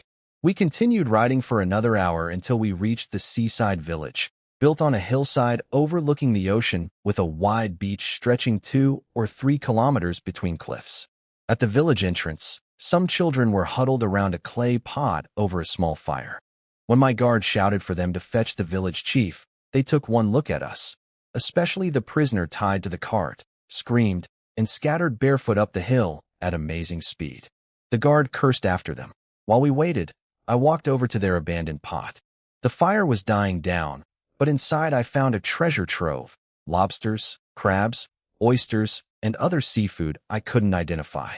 The kids had been cooking them in seawater with no seasoning at all. I fished out something that looked exactly like an oyster from Earth and popped it in my mouth.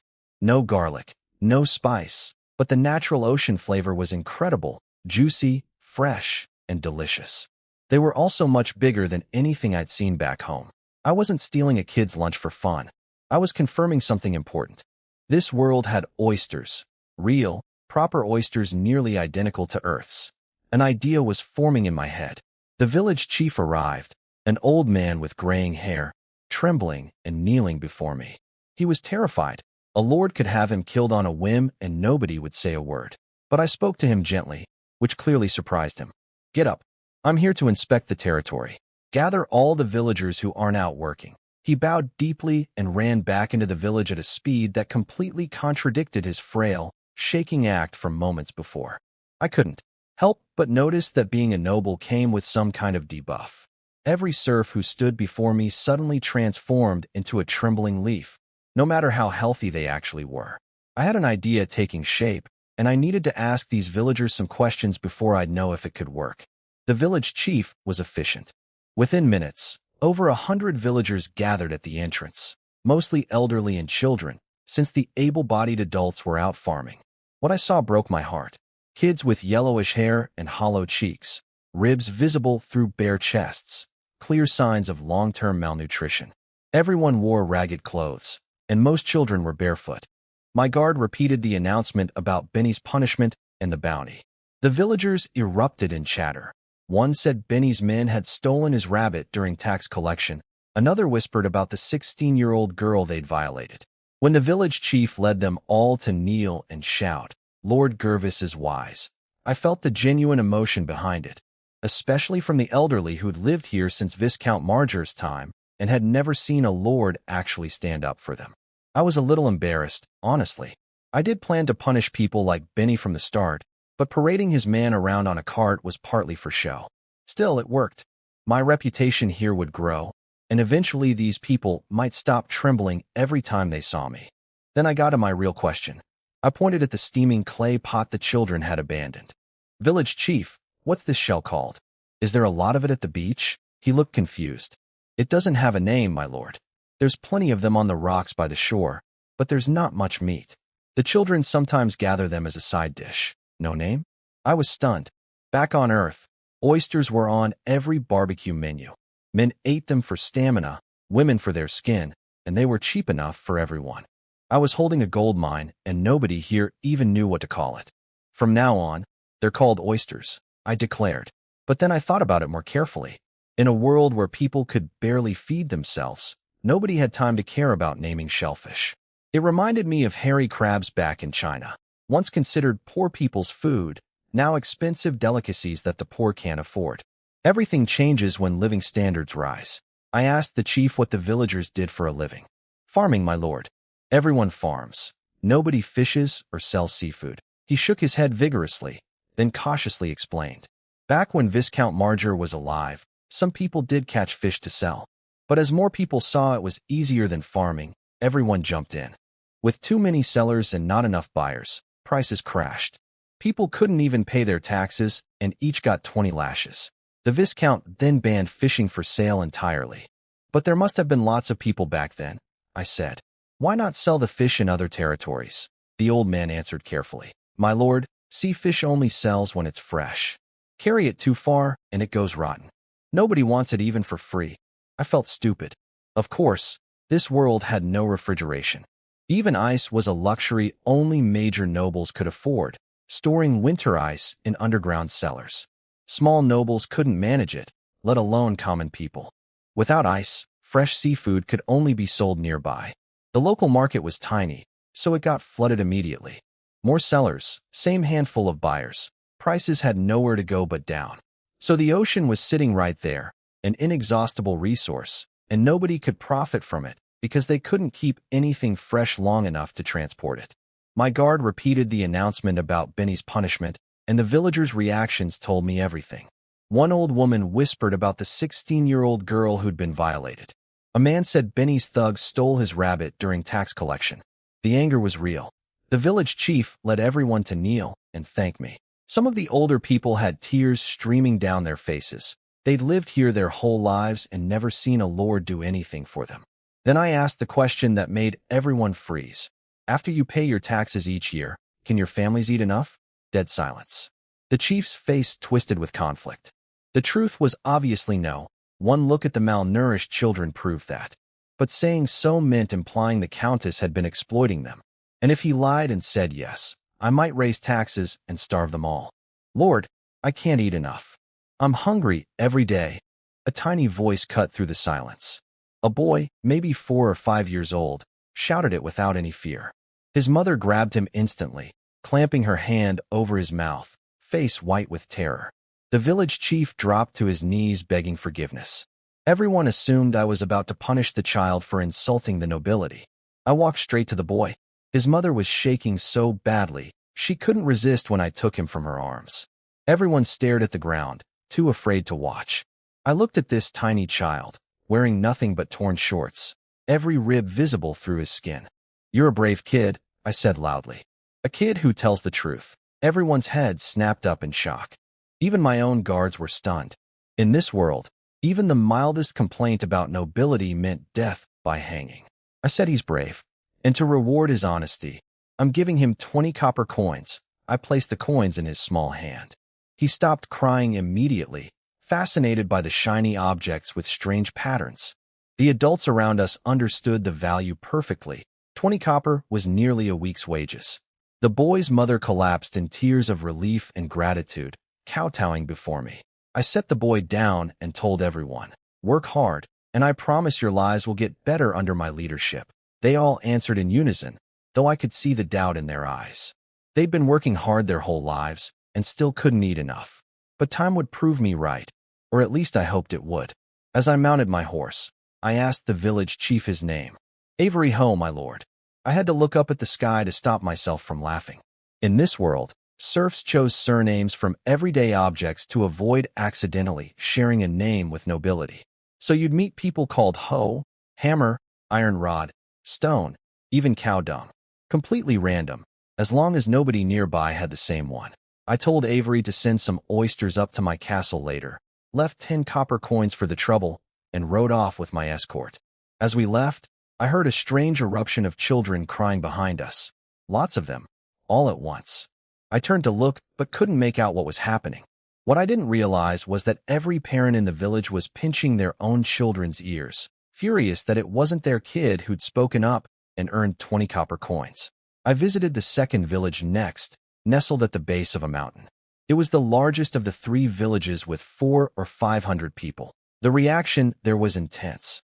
This was where the girl Benny's men had attacked had lived. When the villagers saw his lackey tied to my cart, their eyes burned with hatred.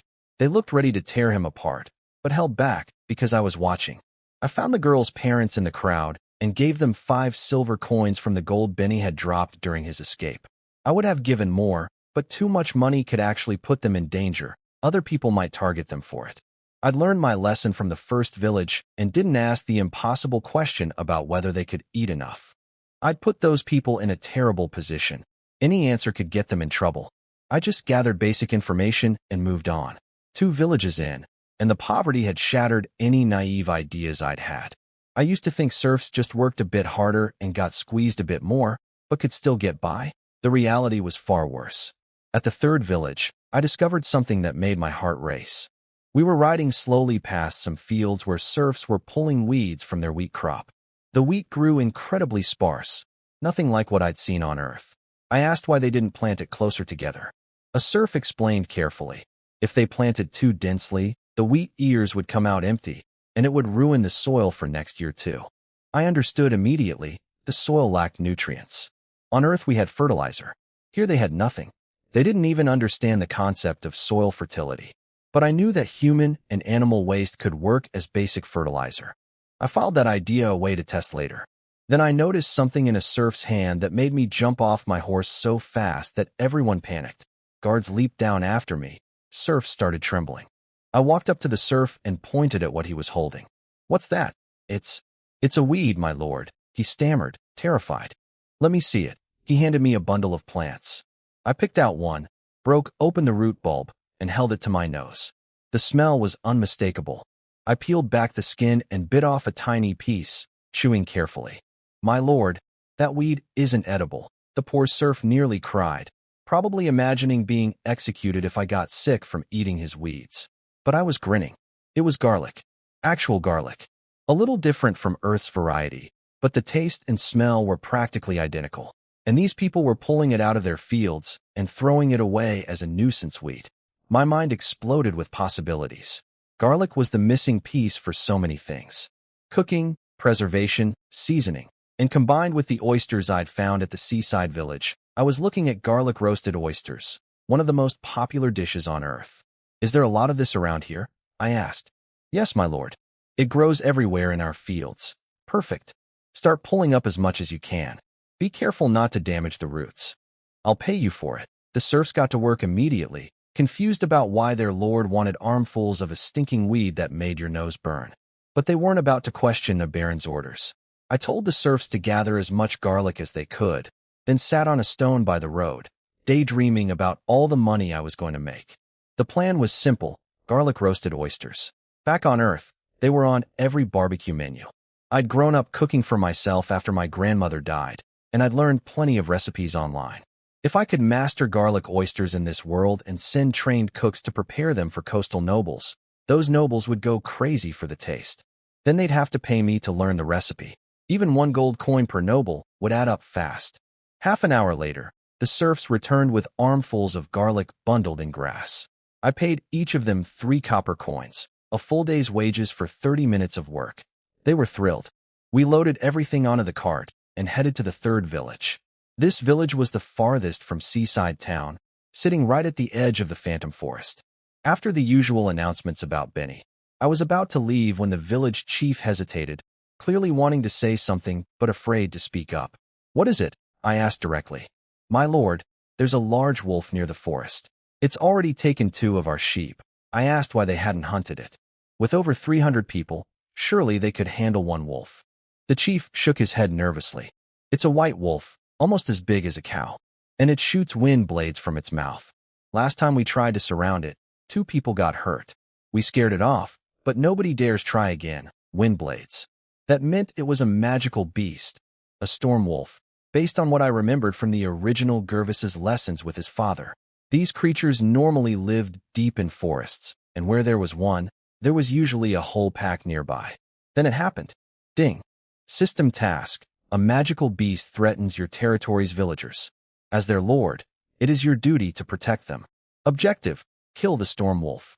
Reward: 2 energy points. I nearly shook with excitement. The system had finally issued a new task, and this time the reward was 2 points instead of 1. That meant rewards could increase. I wouldn't have to wait forever to save up for strange fruits or search functions. The task was dangerous, obviously. A cow-sized wolf that could launch wind blades wasn't something I could handle right now as a mere trainee knight. I needed to break through to bronze rank first. Even without the system task, I would have dealt with this wolf. These serfs were my people and my property. Losing even 1 was a loss. But the energy points definitely motivated me to take it more seriously. I told the chief to lock up the remaining sheep indoors and have everyone hide when the wolf appeared next. It came roughly every 4 or 5 days, so I had a couple of days to prepare. The moment it showed up, they should send a runner to my castle immediately. If the wolf couldn't find sheep to eat, it would linger, giving me time to arrive. I worried it might go after the villagers if there was no food, so I stressed that everyone needed to stay hidden with their doors shut. We left the village and rode southwest toward the buffer zone where Viscount Lenny was supposedly mining. It took nearly 2 hours. The sun was brutal, and I was parched, so I stopped under some shade to rest. I noticed the prisoner on the cart was barely conscious from the heat. The guard watching him had deliberately left him in direct sunlight while parking the horses and garlic in the shade. I told the guard to give him water. He complied, though he did it roughly. This guard had been bullied by Benny's crew for over a year. I didn't scold the guard for his attitude. What goes around comes around. I'd give the prisoner water because basic humanity required it, but I wasn't going to feel sorry for a man who'd helped destroy a young girl's life. He was going to hang when we got back to town, and he deserved it. My lord, I picked some wild fruit for you. Would you like some? The guard who'd been doing announcements all day came back from behind some bushes carrying clusters of purple fruit. I stared at them. Were those grapes? First oysters, then garlic, now grapes. Was I even in another world, or had I somehow ended up in medieval Europe? But no, this world had combat energy, magical beasts, and spirit bugs. It was definitely a different world that just happened to share some plants with Earth. I tasted one. Slightly more sour than the improved varieties back home, but unmistakably grape. I immediately asked the guard to show me where he'd found them. Behind the bushes was a clearing with 5 or 6 wild grapevines. Unlike the neat trellised vines I'd seen at countryside farms on Earth, these grew everywhere, climbing trees, sprawling on the ground. Some had stems as thick as a man's wrist, clearly growing here for years undisturbed. This was bigger than the oysters or the garlic. Those had limitations. Oysters couldn't be preserved for transport, and garlic recipes were a one-time sale. But grapes meant wine. Grape wine. This world only had wheat beer, and terrible beer at that. I tried it at the Rose Castle banquet. Flat, bitter, no foam, like Earth beer left open for 2 days. Nobody here had ever tasted wine. If I could produce it, gold coins would pour in. Wine was a consumable. Once people tried it, they'd keep buying. My grandmother had taught me how to make wine when I was a kid, always asking questions about everything. The process wasn't complicated. Wash the grapes, dry them, crush them into a sealed container, let them ferment, strain out the solids, let the juice ferment again. She'd even mentioned that adding egg whites during the second fermentation would make the wine clearer. I'd never tried it myself, but I knew the steps. Most of the grapes on these vines weren't ripe yet, maybe 10 more days. I wouldn't dig up the vines now and ruin the harvest. They'd been here for years. They weren't going anywhere. But I picked the ripe ones to take back for experiments. My guards were completely bewildered. First I'd gone crazy over stinky weeds, and now I was ecstatic about common wild berries. Lori and the others couldn't figure out what was so special about any of it. But I was a lord. I didn't owe anyone an explanation.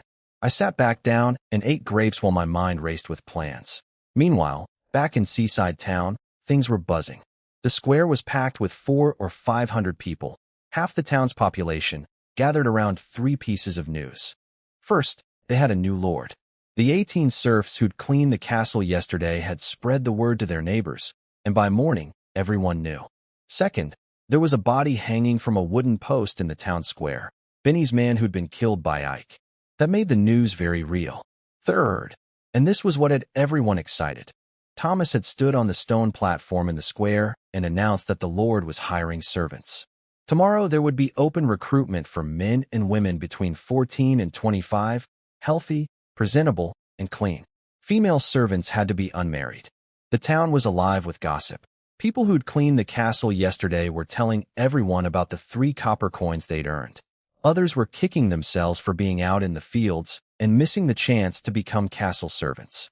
Arguments broke out about whether I was truly a good lord or just another noble who'd eventually show his true colors. Young women debated whether freckles would disqualify them. Families were sending runners to the mountain villages to tell their relatives about the recruitment. Not everyone trusted me yet. Some whispered that nobles always preferred men like Benny, cruel enforcers who helped squeeze the peasants dry. If I were really just, they argued, why hadn't I caught the captain himself? But whether they believed in me or not, my arrival had stirred up this sleepy, forgotten territory like nothing had in 30 years. The trees grew thicker as we climbed the mountain trail toward the western edge of my territory. There were 2 routes to Viscount Lenny's land, a wide, flat main road that coal merchants used, and this narrow mountain path that few people traveled. I chose the mountain path on purpose. I wanted a high vantage point to scout the buffer zone before going down. When we rounded the bend at the mountain's edge, the view opened up into an endless sea of forest below. And right there, standing out like a sore thumb amid the green, was a clearing with a full-scale military camp. "That's inside your buffer zone, my lord," my guard confirmed. 2 months ago it wasn't there. Last month, Benny stopped bringing us on patrols in this direction. Now I understood why. Looking down from the mountainside, I could see the camp was substantial. Wooden walls forming a square, watchtowers at each corner rising twice the height of the walls, guards patrolling the top, and at least 100 people moving inside. It had a single gate facing the main road, connected by a path about a kilometer long. This wasn't a simple mining operation. Whatever Lenny had found, it was valuable enough to build a small fortress over. We climbed down to the main road and found the boundary marker, a stone monument carved with Jones Earldom. From there, we walked a few hundred meters along the road until we found the entrance to a hidden side path, barely a meter wide, winding through dense forest. Lenny had been clever about concealment. Merchants passing on the main road would never notice this narrow trail, and even if they wandered in, the path twisted so much that nobody would suspect a large camp lay at the end. Without our bird's-eye view from the mountain, we'd never have found this place. We followed the trail for about 10 minutes until it opened into the clearing. 200 meters ahead stood the camp. The watchtower bell immediately started clanging. They'd spotted us. "My lord, shouldn't I go first to test the situation?" one of my guards suggested nervously.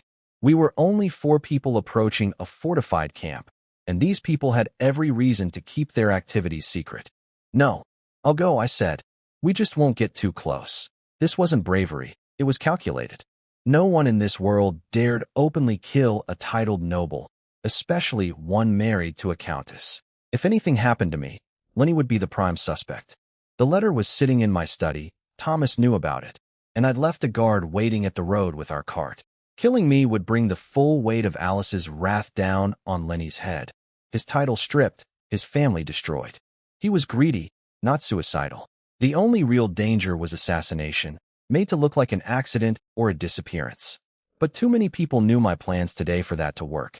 As we approached the gate, soldiers lined the top of the wooden walls, several with bows drawn and aimed at us. A man in iron armor, clearly their leader, shouted down at us. "Stop! Who are you? Come any closer and don't blame us for what happens." I stopped walking when we were still out of arrow range, just barely. The soldiers on the wall had their bows drawn, and even though I was confident they wouldn't dare shoot a noble, I wasn't about to gamble on someone's shaky hands. Looking up at the walls, I noticed something that made my curiosity burn even hotter. The commander up there was wearing full iron armor, the kind only titled knights or nobles could afford, let alone move in. If Lenny had stationed a knight here to guard a coal mine, I'd eat my boots. My guard called up, "This is Baron Gervis." "Who are you?" The armored man's tone changed immediately, hostile to respectful in a heartbeat. He introduced himself as a knight sworn to Viscount Lenny and said the camp was Lenny's property, with standing orders to keep everyone away. He even signaled the archers to lower their bows. "Your lord is only a viscount," I called up. I almost mistook him for the king. "Who gave you permission to build here?" His face went through several colors, but he couldn't say a word back. He knew they were trespassing. Then a middle-aged man in silk appeared on the wall, clearly someone important, because every soldier bowed as he passed. This was Tabby, Lenny's castle steward, sent here specifically because of my arrival. He used professionalism. "Baron Gervis, I'm Tabby, Viscount Lenny's steward. Please forgive my soldier's rudeness. I offer you my most sincere apologies." He bowed deeply with a face full of genuine-looking remorse. This man deserved an award for acting. If this world had anything like an Oscar, he'd win it every year. He launched into an elaborate story. A serf had discovered coal here, a careless castle. Manager had ordered the camp built without checking the exact boundaries, and by the time they realized part of it was on the Jones side, it was too late. Tabby had supposedly rushed here to investigate this terrible misunderstanding.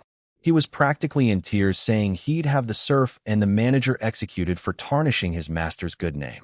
I almost laughed. Every word was a lie, and I had the letter to prove it. But without that letter, even I might have been fooled. The performance was that convincing. "A small portion, you say?" I replied calmly. "The narrowest buffer zone in the kingdom is 3 kilometers wide. Your camp is less than 2 kilometers from my territory boundary. At least 3/4 of this place sits on my side." I'd been tracking our position by the sun the entire walk through the winding trail. The math didn't lie. Tabby's eyebrows twitched, but he recovered quickly. The forest is so dense, exact positions are hard to determine. But since this unfortunate misunderstanding has occurred, allow me to offer 5 gold coins as compensation. Please don't make us dismantle the camp. If Viscount Lenny finds out, he'll blame me for poor management. 5 gold coins. The same amount they'd used to bribe Benny. They were treating me like a beggar.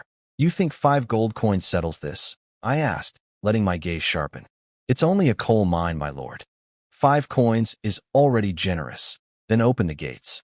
Let me go inside and see this coal mine for myself. If it really is just coal, I'll take your 5 coins and let you stay until next year. That shut him up. His carefully maintained composure finally cracked. He'd expected a naive 17-year-old who could be flattered and bribed with pocket change. Instead, every question I asked went straight for the throat, and his entire performance was crumbling. I was certain now, whatever was in that camp was far more valuable than coal, and there was no way Tabby would let me through those gates. Just as I expected, Tabby dropped his act the moment I asked to go inside. His smile vanished, and he said flatly, "I'm sorry, Baron. Viscount Lenny's orders. No outsiders allowed in the camp." "Then I have one demand," I said, dropping all pretense too. "Get out of my buffer zone." "Now, this is buffer zone territory, Baron. You have no authority to order us to do anything. Only the king does." He had a point technically, but it didn't matter.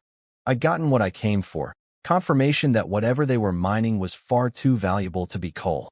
Lenny wouldn't risk breaking noble rules, bribing officials, building a fortress, and stationing a knight over something ordinary. "Fine. Tell your master I'll be settling this score." I turned and walked away without waiting for a response. What I didn't know was that Tabby was more worried than he let on. He'd expected a naive teenager, someone he could either bribe with a few coins or provoke into doing something stupid like charging the gates. Then they'd rough up my men, scare me, and send me home with my tail between my legs. If I complained afterward, Lenny's father, also a count with connections to the king, could smooth things over. Instead, I'd stayed calm, asked pointed questions, and left without giving them anything to use against me. Tabby recognized that kind of composure in someone so young as dangerous. He ordered a horse saddled immediately to ride back to Blackstone Castle and warn Lenny personally. We collected our horses and cart from where we'd left them and headed home along the main road, much faster than the winding route through the villages. I stopped to pick more ripe grapes on the way, loading them onto the cart for my wine experiment. By the time I rode up the castle slope, the sun was setting. The guards on the wall announced my arrival, and Thomas was waiting in the courtyard with Johnny, who was holding a basin of water. Thomas helped me dismount and handed me a cold wet towel. I scrubbed my face hard and felt the heat and frustration from the buffer zone confrontation drain away. I was getting used to being served. The awkwardness from the first few days was fading into something natural. Thomas reported efficiently as he walked me inside. The oysters from the seaside village had arrived and were waiting in the kitchen. Jimmy hadn't cooked them yet, waiting for my instructions. Thomas had also left everything else I'd brought back untouched, as ordered. Hot bathwater was ready. Meanwhile, Lori and the others had taken the prisoner to Seaside Town for execution. The timing was perfect. Farmers would be heading home from the fields right now, so maximum witnesses would see justice being done. After my bath, I checked on Ike. He was still unconscious and occasionally mumbling deliriously, but there was one piece of good news: no fever. In this world without antibiotics, wound infection in summer heat was almost always fatal for ordinary people. No fever meant he might actually pull through. I told the servant tending him to notify me the moment Ike woke up. Thomas had proven himself beyond any doubt these past 2 days. He managed every detail without being asked: meals, bathwater, schedules, supplies. I decided I didn't need to wait for my father's shipment to arrive before making it official. He was my castle steward, effective immediately. His instinct was still to squeeze every last copper from the serfs. That was how he'd been trained at Rose Castle. But with my guidance on fair treatment, he was exactly what I needed. The castle's first floor had 3 halls, 1 large banquet hall, and 2 smaller ones for everyday use. They were empty of decorations, but furnished with beautifully carved tables and chairs left behind because the Countess hadn't considered them worth taking. Once I added some ornaments, these rooms would look properly noble. For now, they'd do just fine. Back at the castle, I gathered Thomas, Laurie, and Audrey in one of the smaller halls to discuss the Lenny situation. I sat down on the wooden sofa and immediately regretted it. Without any cushions, the hardwood dug right into me. Noble families usually had goose-down pads or animal furs on their furniture, but I just moved in and had nothing like that yet. Laurie reported that Benny's last lackey had been publicly hanged in the town square. More than half the townspeople had come to watch. Good, that was the point. Then I brought up the real issue: what to do about Viscount Lenny's camp in my buffer zone. I had Laurie explain the afternoon's events to Thomas, since he'd stayed behind. Then I asked everyone for ideas.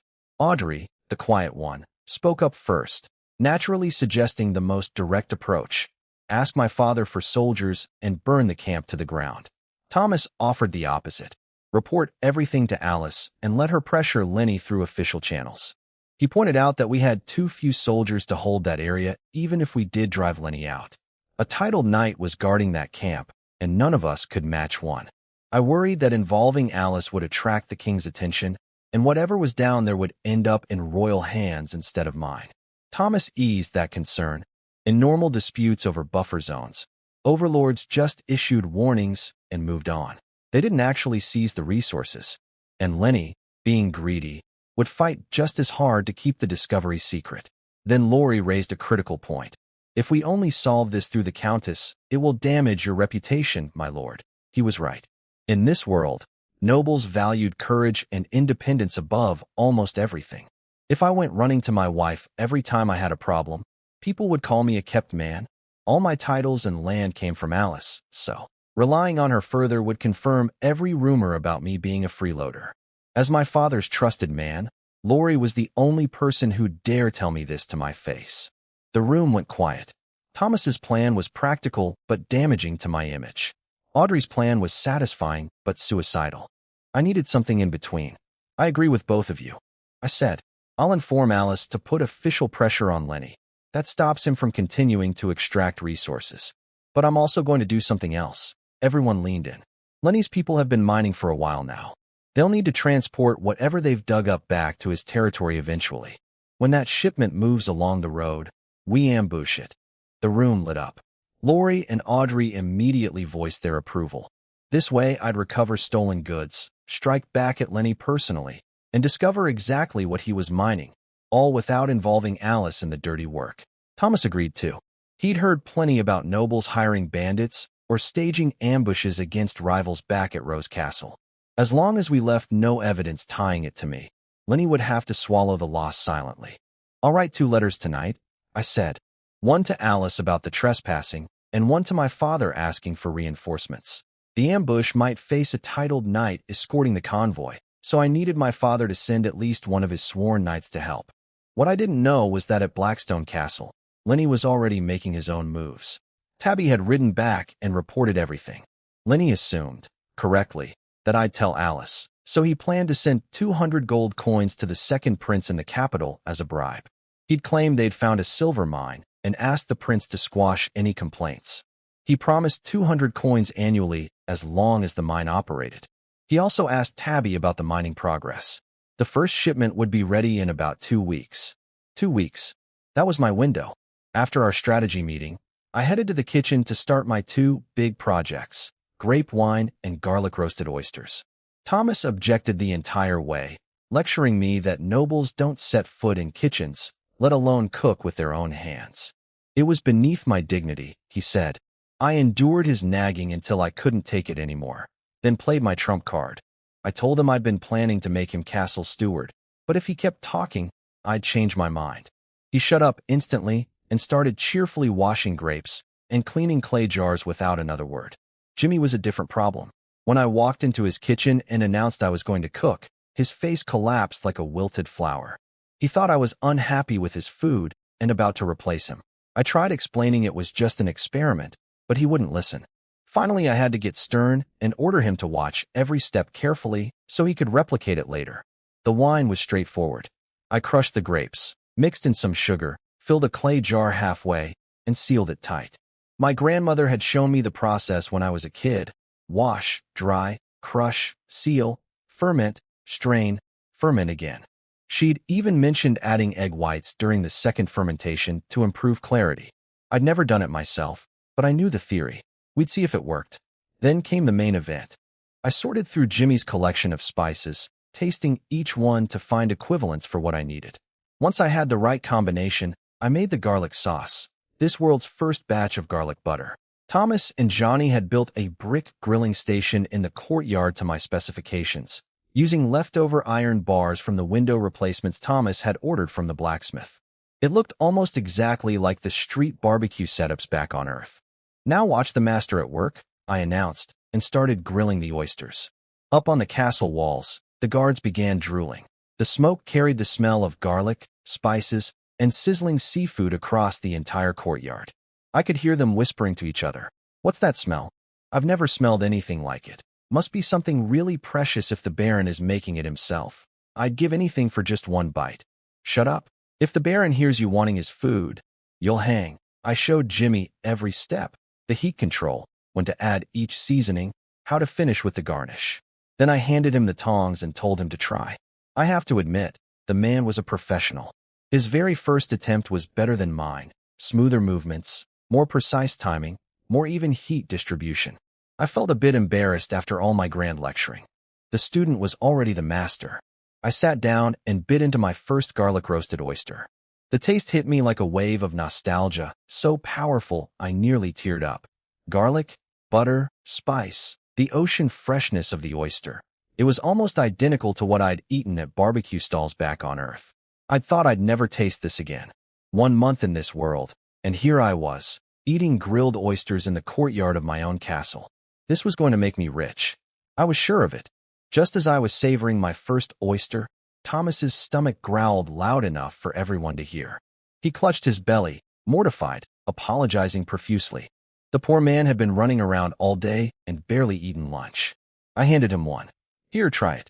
Tell me what you think." He accepted it with both hands, bowing, and took a careful first bite. His body went rigid. He paused, blinked several times, then took another nibble. I watched his expression transform from cautious to overwhelmed. Every guard and servant nearby was watching too, swallowing hard. When he finished, he'd scraped the shell completely clean, every last speck of garlic. I could tell he was fighting the urge to lick it. "My lord, this is the most incredible food I've ever tasted," he said with genuine awe. He'd eaten leftover banquet food at Rose Castle. Dishes made by the best chefs with the finest ingredients, and nothing compared. Then Thomas had a brilliant idea: name the dish after me. In this world, getting your name known across the nobility was incredibly difficult and valuable. A famous recipe could spread a lord's reputation across the entire kingdom. But I had a better plan. I didn't need personal fame. I needed my territory to become a brand. If people associated this amazing dish with my land, it would boost every future product I ever sold. That was marketing, not vanity. "I'm going to name the dish after my territory instead," I said. Thomas didn't understand. He tried to argue, but I pulled rank and shut it down. His thinking was stuck in this world's framework where personal glory mattered most. He couldn't see what I was building, which meant I needed to actually name my territory and castle. I sat there under the stars, eating oysters and thinking. Naming things was my absolute weakest skill. Back on Earth, every game character I created had the most embarrassing name possible. Since my dream is to make mountains of gold and then raise a massive army, I reasoned, the castle should be called Golden Fortress. Bold, flashy, and ambitious, the territory was harder. Army territory sounded ridiculous. Then I remembered a game from my old life with a place called Stormwind. Stormwind territory, I decided. Perfect. Thomas, write these down. Send them to Rose Castle tomorrow along with the other letters so they can be registered in Winterhold. Names needed to be filed with the Jones family's records to be officially recognized by other nobles. Thomas whipped out paper and a pen from inside his shirt. He was always prepared. I cleared my throat dramatically. "The territory shall be called Stormwind Territory." Thomas wrote it down without any reaction. Good. I'd been terrified he'd laugh at my naming abilities. "And the castle," I continued with as much gravity as I could muster, "shall be called Golden Fortress." Thomas's mouth twitched when I announced the castle's name. I could practically hear his thoughts. Every noble in the world prided themselves on elegant, sophisticated names, And here I was calling my castle Golden Fortress. Nobody had ever been so blunt about loving money. But he wrote it down without a word. And the oyster dish will be called Golden Oyster, I added. My territory, my rules. Thomas straightened up and asked permission to announce the names. I nodded, and he bellowed across the courtyard in his most formal voice. By the Lord's command, from this day forward, the territory shall be known as Stormwind Territory. The castle shall be known as Golden Fortress. A moment of silence. Then someone started shouting, and suddenly everyone joined in. Stormwind, Stormwind, Golden Fortress. Golden Fortress. I'd thought the names were just practical labels, but for these people, guards, servants, the temporary workers, a name meant belonging. It meant they served something real, something with an identity. They didn't care about noble sophistication. They liked gold. Golden Fortress was perfect for them. Meanwhile, Jimmy had finished his first batch of golden oysters. I walked over to inspect them and nearly laughed at myself. His oysters looked beautiful, evenly grilled, perfectly garnished, and he'd managed over 20 in the same time I'd burned through 10, ruining 2 in the process. The man was a true professional. Same ingredients, same equipment, but his results were leagues above mine. He apologized for making too many, worried about waste. I told him not to be silly. His talent made me happy. Then I tasted one. No contest. His were better than mine in every way. I raised my hand, and the courtyard went quiet. Thomas, give everyone in the castle 1 golden oyster. You and Jimmy get 2 each. Send the rest to the dining room. Thomas loaded up a tray and delivered oysters to every person. Guards on the walls, servants inside, everyone. Each person accepted theirs with both hands, bowing deeply, shouting their thanks. For people who rarely tasted anything beyond bread and dried meat, this was extraordinary. But it wasn't just about the food, it was the gesture. Their lord was sharing something precious with them. After Thomas went inside to deliver the remaining oysters, I cleared my throat and addressed everyone still in the courtyard. One more announcement. Our territory has a name now. Our castle has a name. But Golden Fortress still needs a steward. Thomas has proven himself these past few days through his hard work and ability. From today, Thomas is officially the steward of Golden Fortress. I told them to deliver the news to Thomas together when he came back outside. Yes, my lord. They all answered in unison, every face beaming. For the first time since arriving in this world, I saw genuine, unguarded smiles on the people around me. Not the fearful grimaces of serfs facing a noble, not the forced politeness of servants doing their duty. Real happiness. The numbness, the fear, the hopelessness that usually clouded their expressions, all of it had been replaced, even if just for this moment, by something warm and alive. I smiled back, then headed inside to the dining room to eat the rest of my golden oysters. Thomas delivered the last oysters and came back outside, completely unsuspecting. The moment he stepped through the inner castle door, everyone in the courtyard bowed and shouted in unison. Good evening, Steward Thomas. He froze. What? I'm the steward? Did Lord Gervas say that? Jimmy ran over laughing. Of course. He announced it himself. We all heard it. Congratulations, Steward Thomas. Thomas's face lit up like I'd never seen before. He thanked everyone, then rushed back inside to find me in the dining room. He dropped to one knee. My lord, thank you for this honor. You earned it, Thomas, I said with a smile. Now go eat your 2 golden oysters before someone steals them. After he left, I finished my meal and went upstairs to check on Ike, still unconscious. Then I headed to my study, where I suddenly remembered I hadn't tended to my spirit bug in 2 days.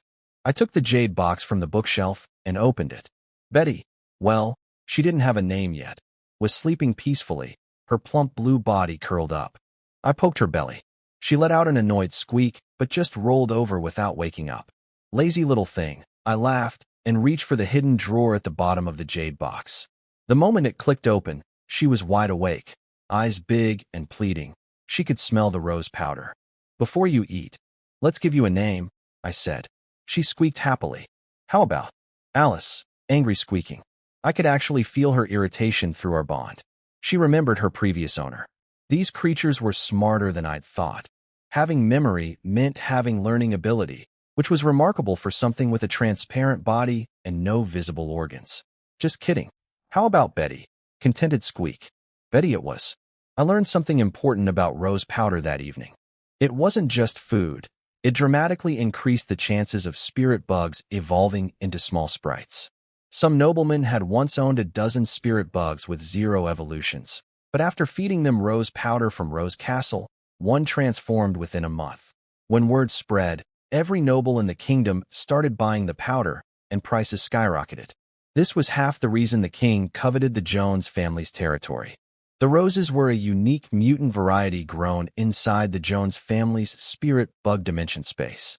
Only the family's most trusted servants could enter, and strict rules prevented anything but processed powder from leaving. This single product had made the Jones family the wealthiest in the kingdom. One packet cost a gold coin and lasted a spirit bug 2 or 3 months. Considering I couldn't even afford to eat that well myself, I wasn't about to let Betty gorge on the stuff. And with more spirit bugs coming in the future, I'd go broke feeding them at that rate. Betty begged with her big round eyes. I closed the box firmly and put it back on the shelf next to the amber crystal. Tomorrow I'd hire servants, and one of the women would be assigned to care for Betty. Spirit bugs couldn't be stolen. Only the bonded master could release the contract, so security wasn't a concern. I picked up a heavy book from the shelf and sat at my desk, but my mind was elsewhere. This world had no entertainment. Other nobles could spend their evenings with wives and lovers. I had nobody, so I sat alone with my thoughts. The military situation kept nagging at me. I didn't have a single titled knight. My fighting force was 3 veterans from my father, 7 unreliable local guards, and me, barely a trainee. Recruiting real soldiers meant paying wages and feeding them. Training them properly meant better food. And equipment costs were staggering. 3 silver for leather armor, 5 for a longbow, 3 for a sword, 1 silver for a basic shield. That was just the minimum. Chainmail, chest plates, helmets. I didn't even want to add it up. I needed money before I could build an army, and I needed an army before I could protect what would make me money. The cycle was maddening. 20 gold coins sounded like a lot, but for a noble castle, it was nothing. My castle was practically empty. No cushions, no carpets, no bedding for guest rooms, no silverware or porcelain for banquets. If a guest ever visited, I'd have nowhere proper to receive them, which would embarrass both the Gale and Jones families. And everything connected to nobility was expensive. I had no income. Summer taxes would come in about a month, but with only 2,000 serfs and the church taking half, whatever was left would barely keep the castle running until next summer. Recruiting soldiers would have to wait until my father's supply shipment arrived. It was a vicious cycle. I needed money to build an army, but I needed an army to protect whatever made me money. My only hope was the grape wine and the golden oysters. Wine was the real prize. If it worked, it would be like owning a goose that laid golden eggs. The oyster recipe could bring in some quick cash by selling cooking lessons to coastal nobles, but that was a one-time deal. While brooding over all this, I was absently flipping through a thick book from the study shelf. It turned out to be a travel journal called Cecil's Travels by someone named Cecil Beef. Most of it was ordinary. Descriptions of local customs, noble gossip, small wars between earls, encounters with magical beasts in snowy swamps. All very believable and grounded in reality. Then I hit a page that made me stop cold. The illustration showed a knight in golden armor riding a massive dragon, fighting some enormous monster. Not slaying a dragon, riding one into battle. The text described how in Alliance Year 368, a berserk magical beast had destroyed 3 cities in a northern kingdom called the PS Duchy, killing hundreds of thousands. The duchy's only dragon knight killed the beast, leaving behind a trench 100 meters long and dozens of meters deep. 100 meters long, dozens of meters deep. That was beyond anything I'd heard about, even gold-rank knights. But here was the strange part. The book used a calendar called Alliance Year, which I'd never encountered. Not in the original Gervais's Memories, not in 3 years of noble school, not in any history lesson. Our calendar started at Public Year 1, and we were currently in Year 233. Everything before that was blank. I pulled more history books off the shelf and searched through them. Nothing. Not a single mention of any Alliance Year or anything before Public Year 1. It was as if history before 233 years ago had been erased completely. That was deeply unsettling. Humans couldn't have existed on this continent for only 233 years. The civilizations were too developed for that. On Earth, Even the most primitive eras left archaeological evidence that scholars eventually pieced together. Here, there was just nothing. A wall of fog before year one. Wasn't anyone curious? Surely other nobles had noticed this gap, yet nobody seemed to investigate or even question it. I filed this mystery away in my mind. Next time I visited my father, I'd ask him about it. For now, I had more pressing concerns, like figuring out how to turn oysters and grapes into enough gold to save my territory. I woke up early the next morning and had a big breakfast, including a bowl of fresh cow's milk that made me a bit queasy. The milk came from 5 dairy cows in Stormwind territory, originally Joan's family property, now mine. These cows had always been used to provide free milk for pregnant women and newborn babies, which was surprisingly the one welfare benefit nobles gave their serfs. I'd only accepted the milk after Thomas confirmed there was plenty left over for the mothers and babies. The guards in the courtyard greeted me warmly as I walked past. Their eyes had changed over the past couple of days. Less pure fear, more genuine respect. It felt good. Thomas had gone to town early with Johnny to handle servant recruitment and teach Johnny the food buying routine. Normally, a lord wouldn't need to purchase fresh ingredients. Dedicated serfs would grow them and deliver them directly to the castle, tax-free. But since my territory hadn't had a lord in 30 years, no such arrangement existed yet. I'd need to set that up next season. Those supply positions were actually coveted amongst serfs. No taxes, better land, larger plots. In other territories, only well-connected serfs got them, like guards or servants' families. It was how nobles rewarded loyalty. Lori had left at dawn carrying my letters. One to Alice about Lenny's trespassing, one to my father requesting night reinforcements for the ambush plan. I'd sent Lori instead of a regular messenger because some details were too sensitive for paper.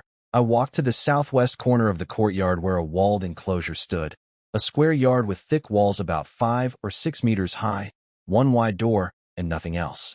Every noble castle had one of these. It was specifically built for spirit bugs.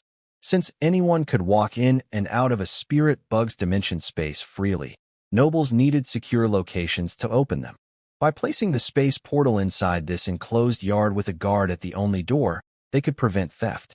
A guard was already posted at the entrance.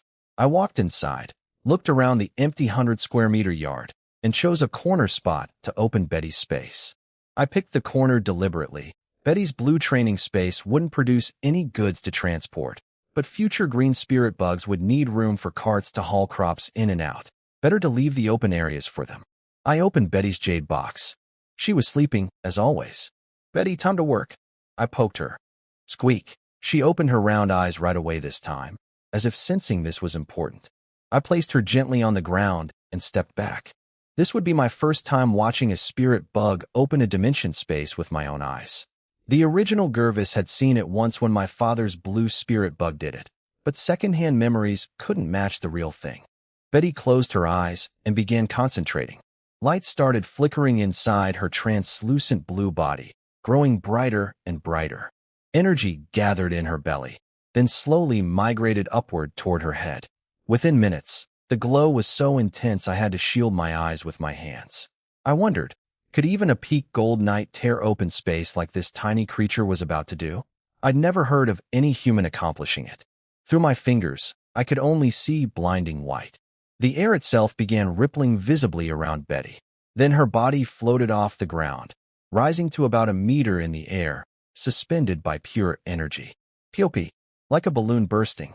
When I opened my eyes, the blinding light was gone. In its place was something extraordinary, a shimmering portal, a doorway to another dimension, hovering right there in the corner of the yard. Something bumped against my foot. I looked down and found Betty on the ground, weakly nudging my toes and squeaking pitifully. I scooped her up.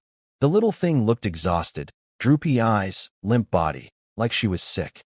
Opening that portal had drained her completely. "You did great, little Betty," I said softly, and hurried her back into the jade box.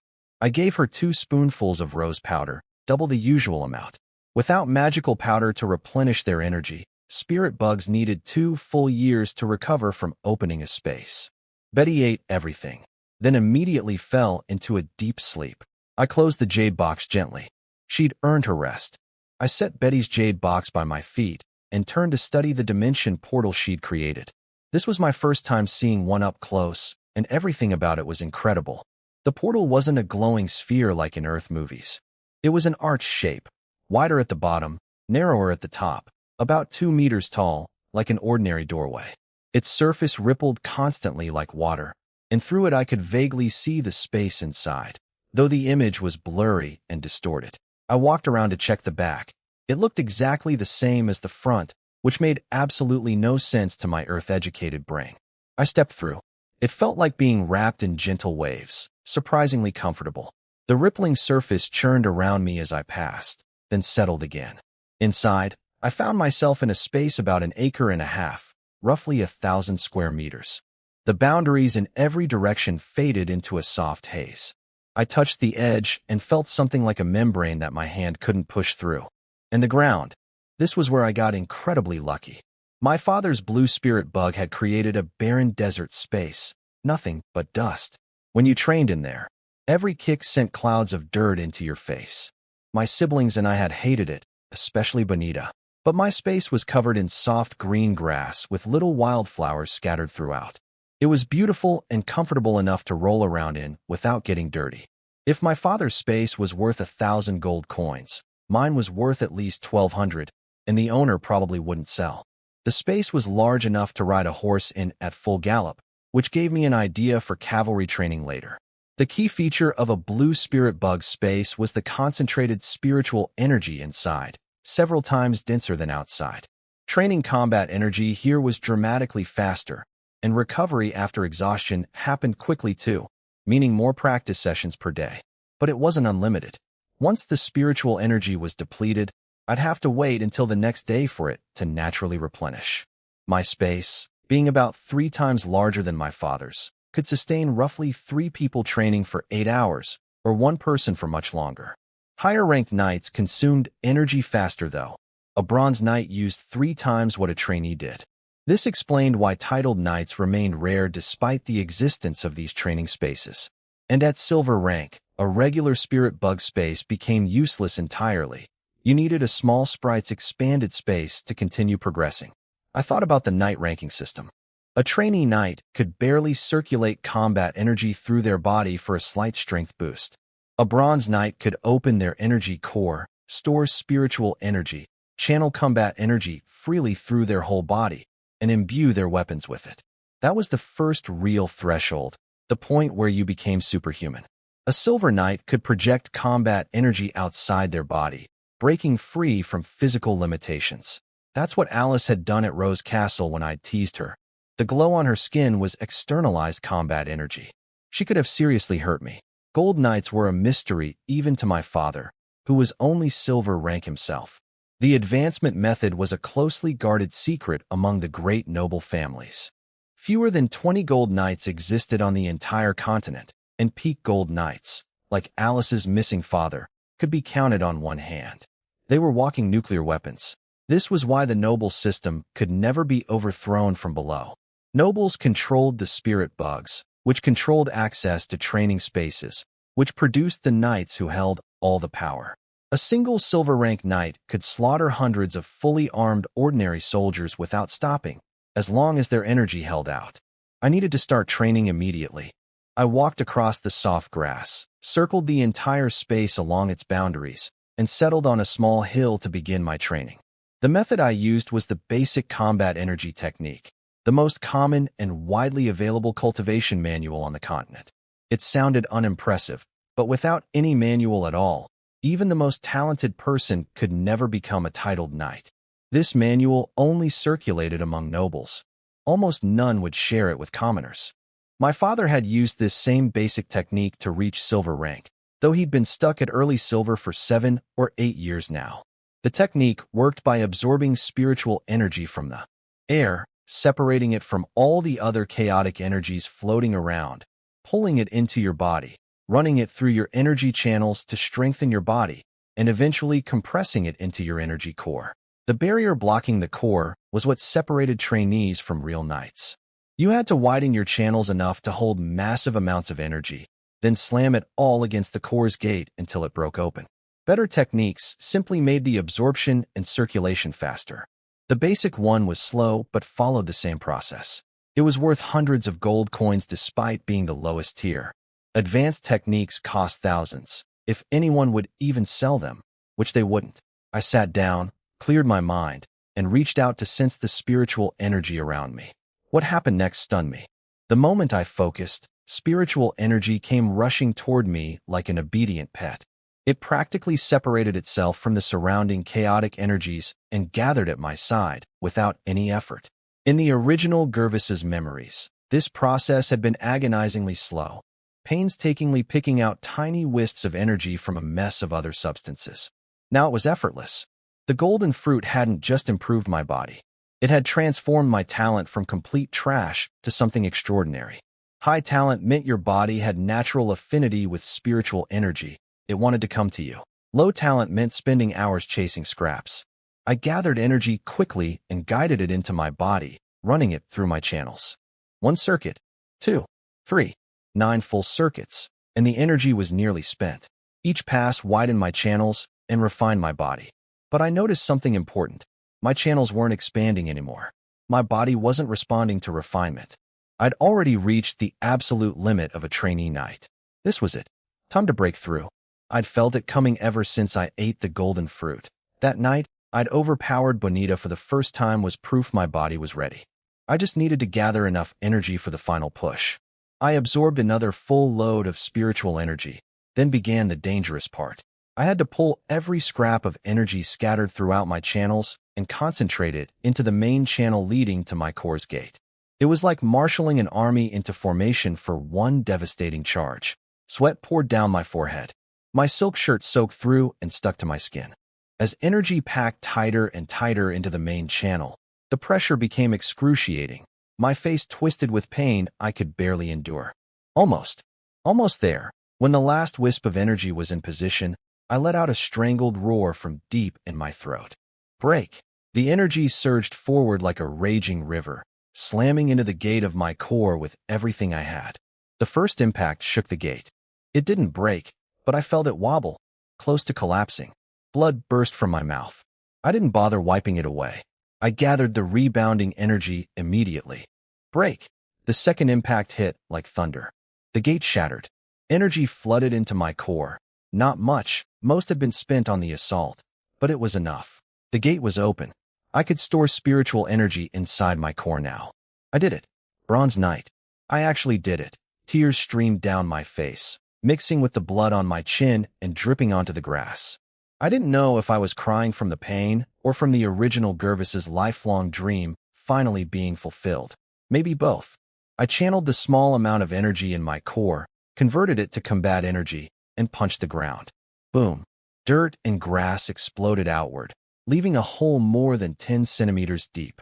I stared at the crater my fist had made and laughed out loud. I was a Bronze Knight now.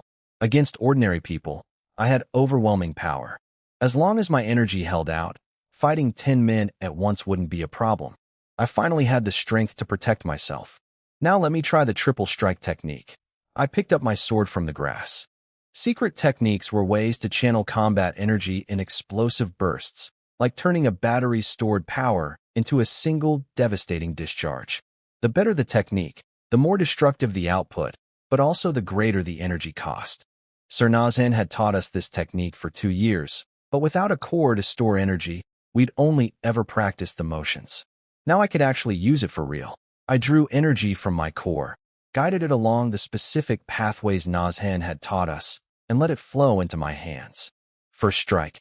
I swung the sword so fast it was a blur, cutting through the air like lightning. Second strike. I pivoted, using the momentum to make the blade even faster. The sword hummed as it sliced through the air with more force than the first. Third strike. I roared and poured every last drop of combat energy into the blade. The sword actually glowed. I brought it down with everything I had. Boom. The sword buried itself deep into the earth, carving a rectangular trench over 1 meter deep. Dirt and grass exploded everywhere. I stood there panting, staring at that hole. A hand grenade might not have done this much damage. This was the power of a titled knight. But when I checked my core, it was completely empty. Not a single wisp of energy left. The triple strike was devastating, but it burned through everything I had in one go. If an enemy survived it, I'd be defenseless. until my core grew larger. This technique was strictly a finishing move. Use it only when I was certain it would end the fight. I sat down on the grass and began absorbing energy to refill my core. Thanks to my enhanced talent, the recovery speed was remarkably fast. When I stepped out of the dimension space, the portal remained hovering in the corner of the yard. It would stay open permanently as long as Betty was fed rose powder once a week. I carried her jade box back to the castle. The guards greeted me warmly. I was in an excellent mood. Becoming a bronze knight in a single session was beyond anything I'd hoped for. Inside the castle, Thomas was waiting near the dining room, and he had good news. "My lord, Ike is awake." I rushed to the second-floor guest room. I tried to sit up when he saw me, but I stopped him immediately. The last thing I needed was his stitches tearing open in this heat. "How do you feel?" I asked. "Much better, my lord. Thank you for saving my life," he said, his voice thick with emotion. He'd been awake for about 2 hours already. The servant Carb who'd been nursing him had tried to find me and Thomas, but I'd been training and Thomas was in town. So Carb found Jimmy instead, who brought Ike porridge and then spent the time telling him in dramatic detail how I'd sewn his wound shut with needle and thread, apparently describing me as the greatest genius since the beginning of time, conveniently ignoring how crooked and ugly my stitching actually was. Ike didn't care about the cosmetics. He was a rough soldier, scars didn't bother him. But the concept of sewing a wound closed was completely new to him, despite all his years on the battlefield. He wanted to get up and look at it himself. "Don't thank me," I said. "You earned a reward. Get better first. We'll talk about everything else when you've healed." I'd been holding off on naming a new guard captain deliberately. After what Ike had done, taking the lead in combat, scoring a kill, and getting seriously wounded protecting me, no one else deserved it. His eyes turned red, and he could barely speak. In this world, soldiers were expected to die for their lords without complaint. When they got hurt, most nobles wouldn't even look at them, let alone touch them. Treating a commoner's wound with your own hands was unthinkable for the typical noble who considered lower-born blood beneath them. For Ike, the fact that I'd personally stitched his wound was the greatest honor he'd ever received. It meant more to him than any title or reward I could offer. Somewhere out in my territory, Benny was having the worst time of his life, though I wouldn't learn the details until later. After escaping through the castle window, he'd ridden west toward Viscount Lenny's territory, but my guards chased him so closely that he had to abandon his horse and dive into the forest. He lost his sword, his shoes, and his clothes were shredded by branches. Only his leather armor survived intact. The worst part? The bag of gold coins fell off during his escape. 5 gold coins, his entire fortune and his only hope of starting over, gone. Without money, he couldn't even feed himself, let alone bribe his way into anyone's protection. If he showed up at Lenny's territory looking like a beggar, they'd just throw him into the coal mines. So he changed plans. He'd head for the sea instead and try to find pirates to join. It was his only remaining option. He made it to the bushes near the coastal road, just a few hundred meters from a small raft the village children had built from scrap wood. But the road was busy. Ever since I'd announced the bounty on his head, every serf in the territory was keeping their eyes peeled, hoping to spot him and earn a silver coin. Benny hid in the grass, waiting for the road to clear. Finally, the traffic thinned to just one old farmer shuffling along with a hoe. Benny silently cursed the old man to walk faster. Then the old man suddenly rushed toward his hiding spot. Benny's heart nearly stopped. Had he been discovered? Should he kill the old man before he could scream? But the farmer hadn't seen him at all. He'd just stopped by the bushes to relieve himself, right on top of Benny's head. The warm stream ran down Benny's face while he lay there clenching his fists so hard his nails dug into his palms, every vein in his hands bulging with rage. He almost snapped and attacked, but the farmer finished, shook himself off, picked up his hoe, and strolled away mumbling about getting old and drinking too much water. Benny lay there with tears streaming down his wet face, silently vowing revenge on every last serf in this territory. Then, once the road was finally empty, he sprinted across and ran for the raft. Meanwhile, I had no idea about any of this. After checking on Ike and eating lunch, I rode to Seaside Town with Thomas and 3 guards for the servant recruitment. The town square was packed, genuinely packed. I'd never seen this many people in my territory gathered in one place. More were still arriving from every direction along the roads. Is this half my entire population? I said, amazed. Thomas explained that he'd pushed the recruitment to today and spread the word through all the villages yesterday. When he'd first visited the town, it had been nearly empty. All the young, able-bodied people were out farming. So he'd announced the date in advance to give everyone time to come. I wouldn't have dared change the schedule without your permission, he added with a pained expression, but I know you're a generous lord, so I took the liberty. You did well, Thomas. Sometimes you can make decisions on your own. I'm not that strict. I actually appreciated that he hadn't rigidly followed my original timeline. If he'd tried to recruit yesterday when the town was empty, he'd have been picking from slim pickings. As we approached the square, waves of serfs dropped to their knees like wheat falling in a field. The greeting calls echoed across the entire area. I stood there for a moment, and an unexpected feeling washed over me. A rush of power and pride that my modern values told me I shouldn't enjoy, but I couldn't help it. Nearly 1,500 people, all kneeling for me. I suddenly understood why princes throughout history had murdered each other for the throne. If this small crowd could make a transmigrator like me feel this way, imagine what commanding an entire kingdom would do. The temptation of power was genuinely intoxicating. Nobody dared stand until I gave permission. Nobody dared speak afterward either. My presence had killed all the lively chatter from moments before. These people had been oppressed for so long that fear of nobility was woven into their bones. I hoped time would change that eventually. I told Thomas to handle the servant selection and took 2 guards to explore the town. Staying would only make everyone uncomfortable. My first stop was the blacksmith shop, one of the 3 stone buildings on the main road. Inside, the heat hit me like walking into a steam room. It was already summer, and the forge was blazing. I'd just become a bronze knight, so my body could handle it, but my 2 guards were soaking through their clothes immediately. I offered to let them wait outside, but they refused. If anything happened to me, their entire families would pay for it. The front room was crammed with coal and iron materials, leaving just a narrow path through the middle. In the back, I found 2 people working, a man in his 30s holding tongs and a small hammer, and a teenager of about 15 or 16 swinging a heavy sledgehammer. I watched them quietly. Their rhythm was perfect. The older smith would tap his small hammer on a specific spot on the glowing iron, and the boy's heavy hammer would land on exactly the same place a moment later. They were shaping what looked like a hoe head. When the iron cooled too much, the smith put it back in the furnace and finally noticed us. "Noble sir, how may I serve you?" He bowed politely, pulling the boy into a bow alongside him. I wasn't surprised he only bowed instead of kneeling. Free men weren't required to kneel before nobles, only serfs were. That distinction was one of the clearest markers of class in this world. Being a blacksmith was probably the best job a commoner could have. In a world where everything depended on manual labor, farming, woodcutting, warfare, iron tools were essential, and only blacksmiths could make them. A skilled smith never went hungry, which was exactly why blacksmiths almost never became serfs.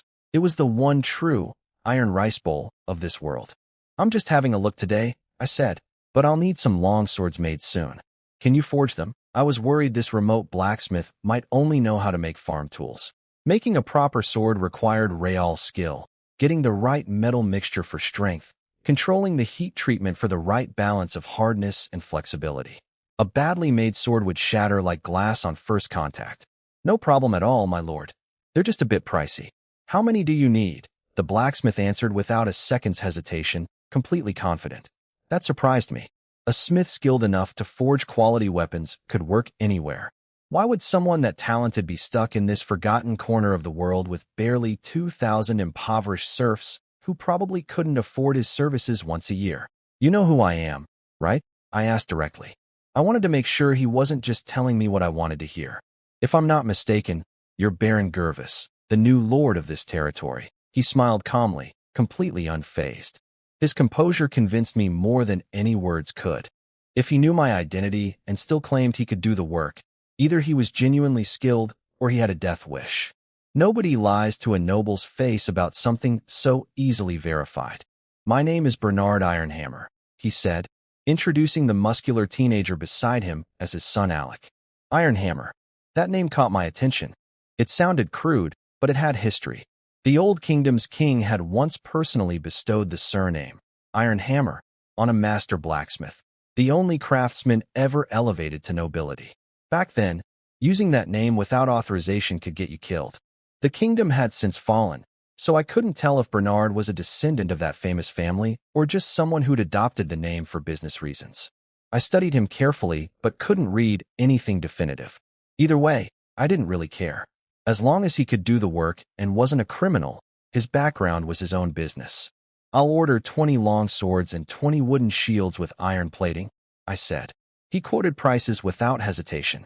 With his own materials, 2 silver, 80 copper per sword, 40 copper per shield. With my materials, 1 silver per sword, 20 copper per shield. He explained these were already discounted for bulk ordering. I did the math.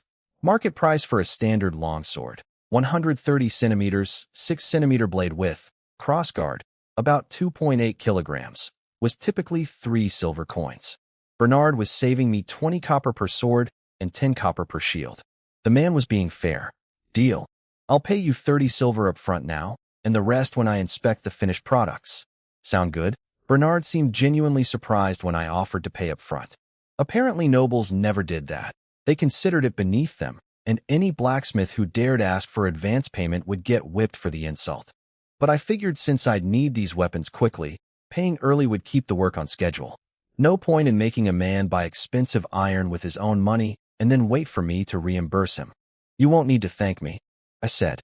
"Just make sure the quality is good." Then I remembered the wild boar skin sitting in my castle kitchen. "Can you make leather armor too?" "If you provide the leather, for silver coins per set," he answered without missing a beat. I was impressed again. Leather armor looked simple but required real expertise, treating the hide properly so it wouldn't rot in a few months, fitting the iron plates correctly. Many blacksmiths couldn't even forge a decent sword, let alone handle armor. Bernard was a true all-rounder. 20 sets of leather armor, I said. "I've only got 1 boar hide right now, so start with 2. I'll get you more hides soon. 1 large boar could yield enough leather for 2 sets.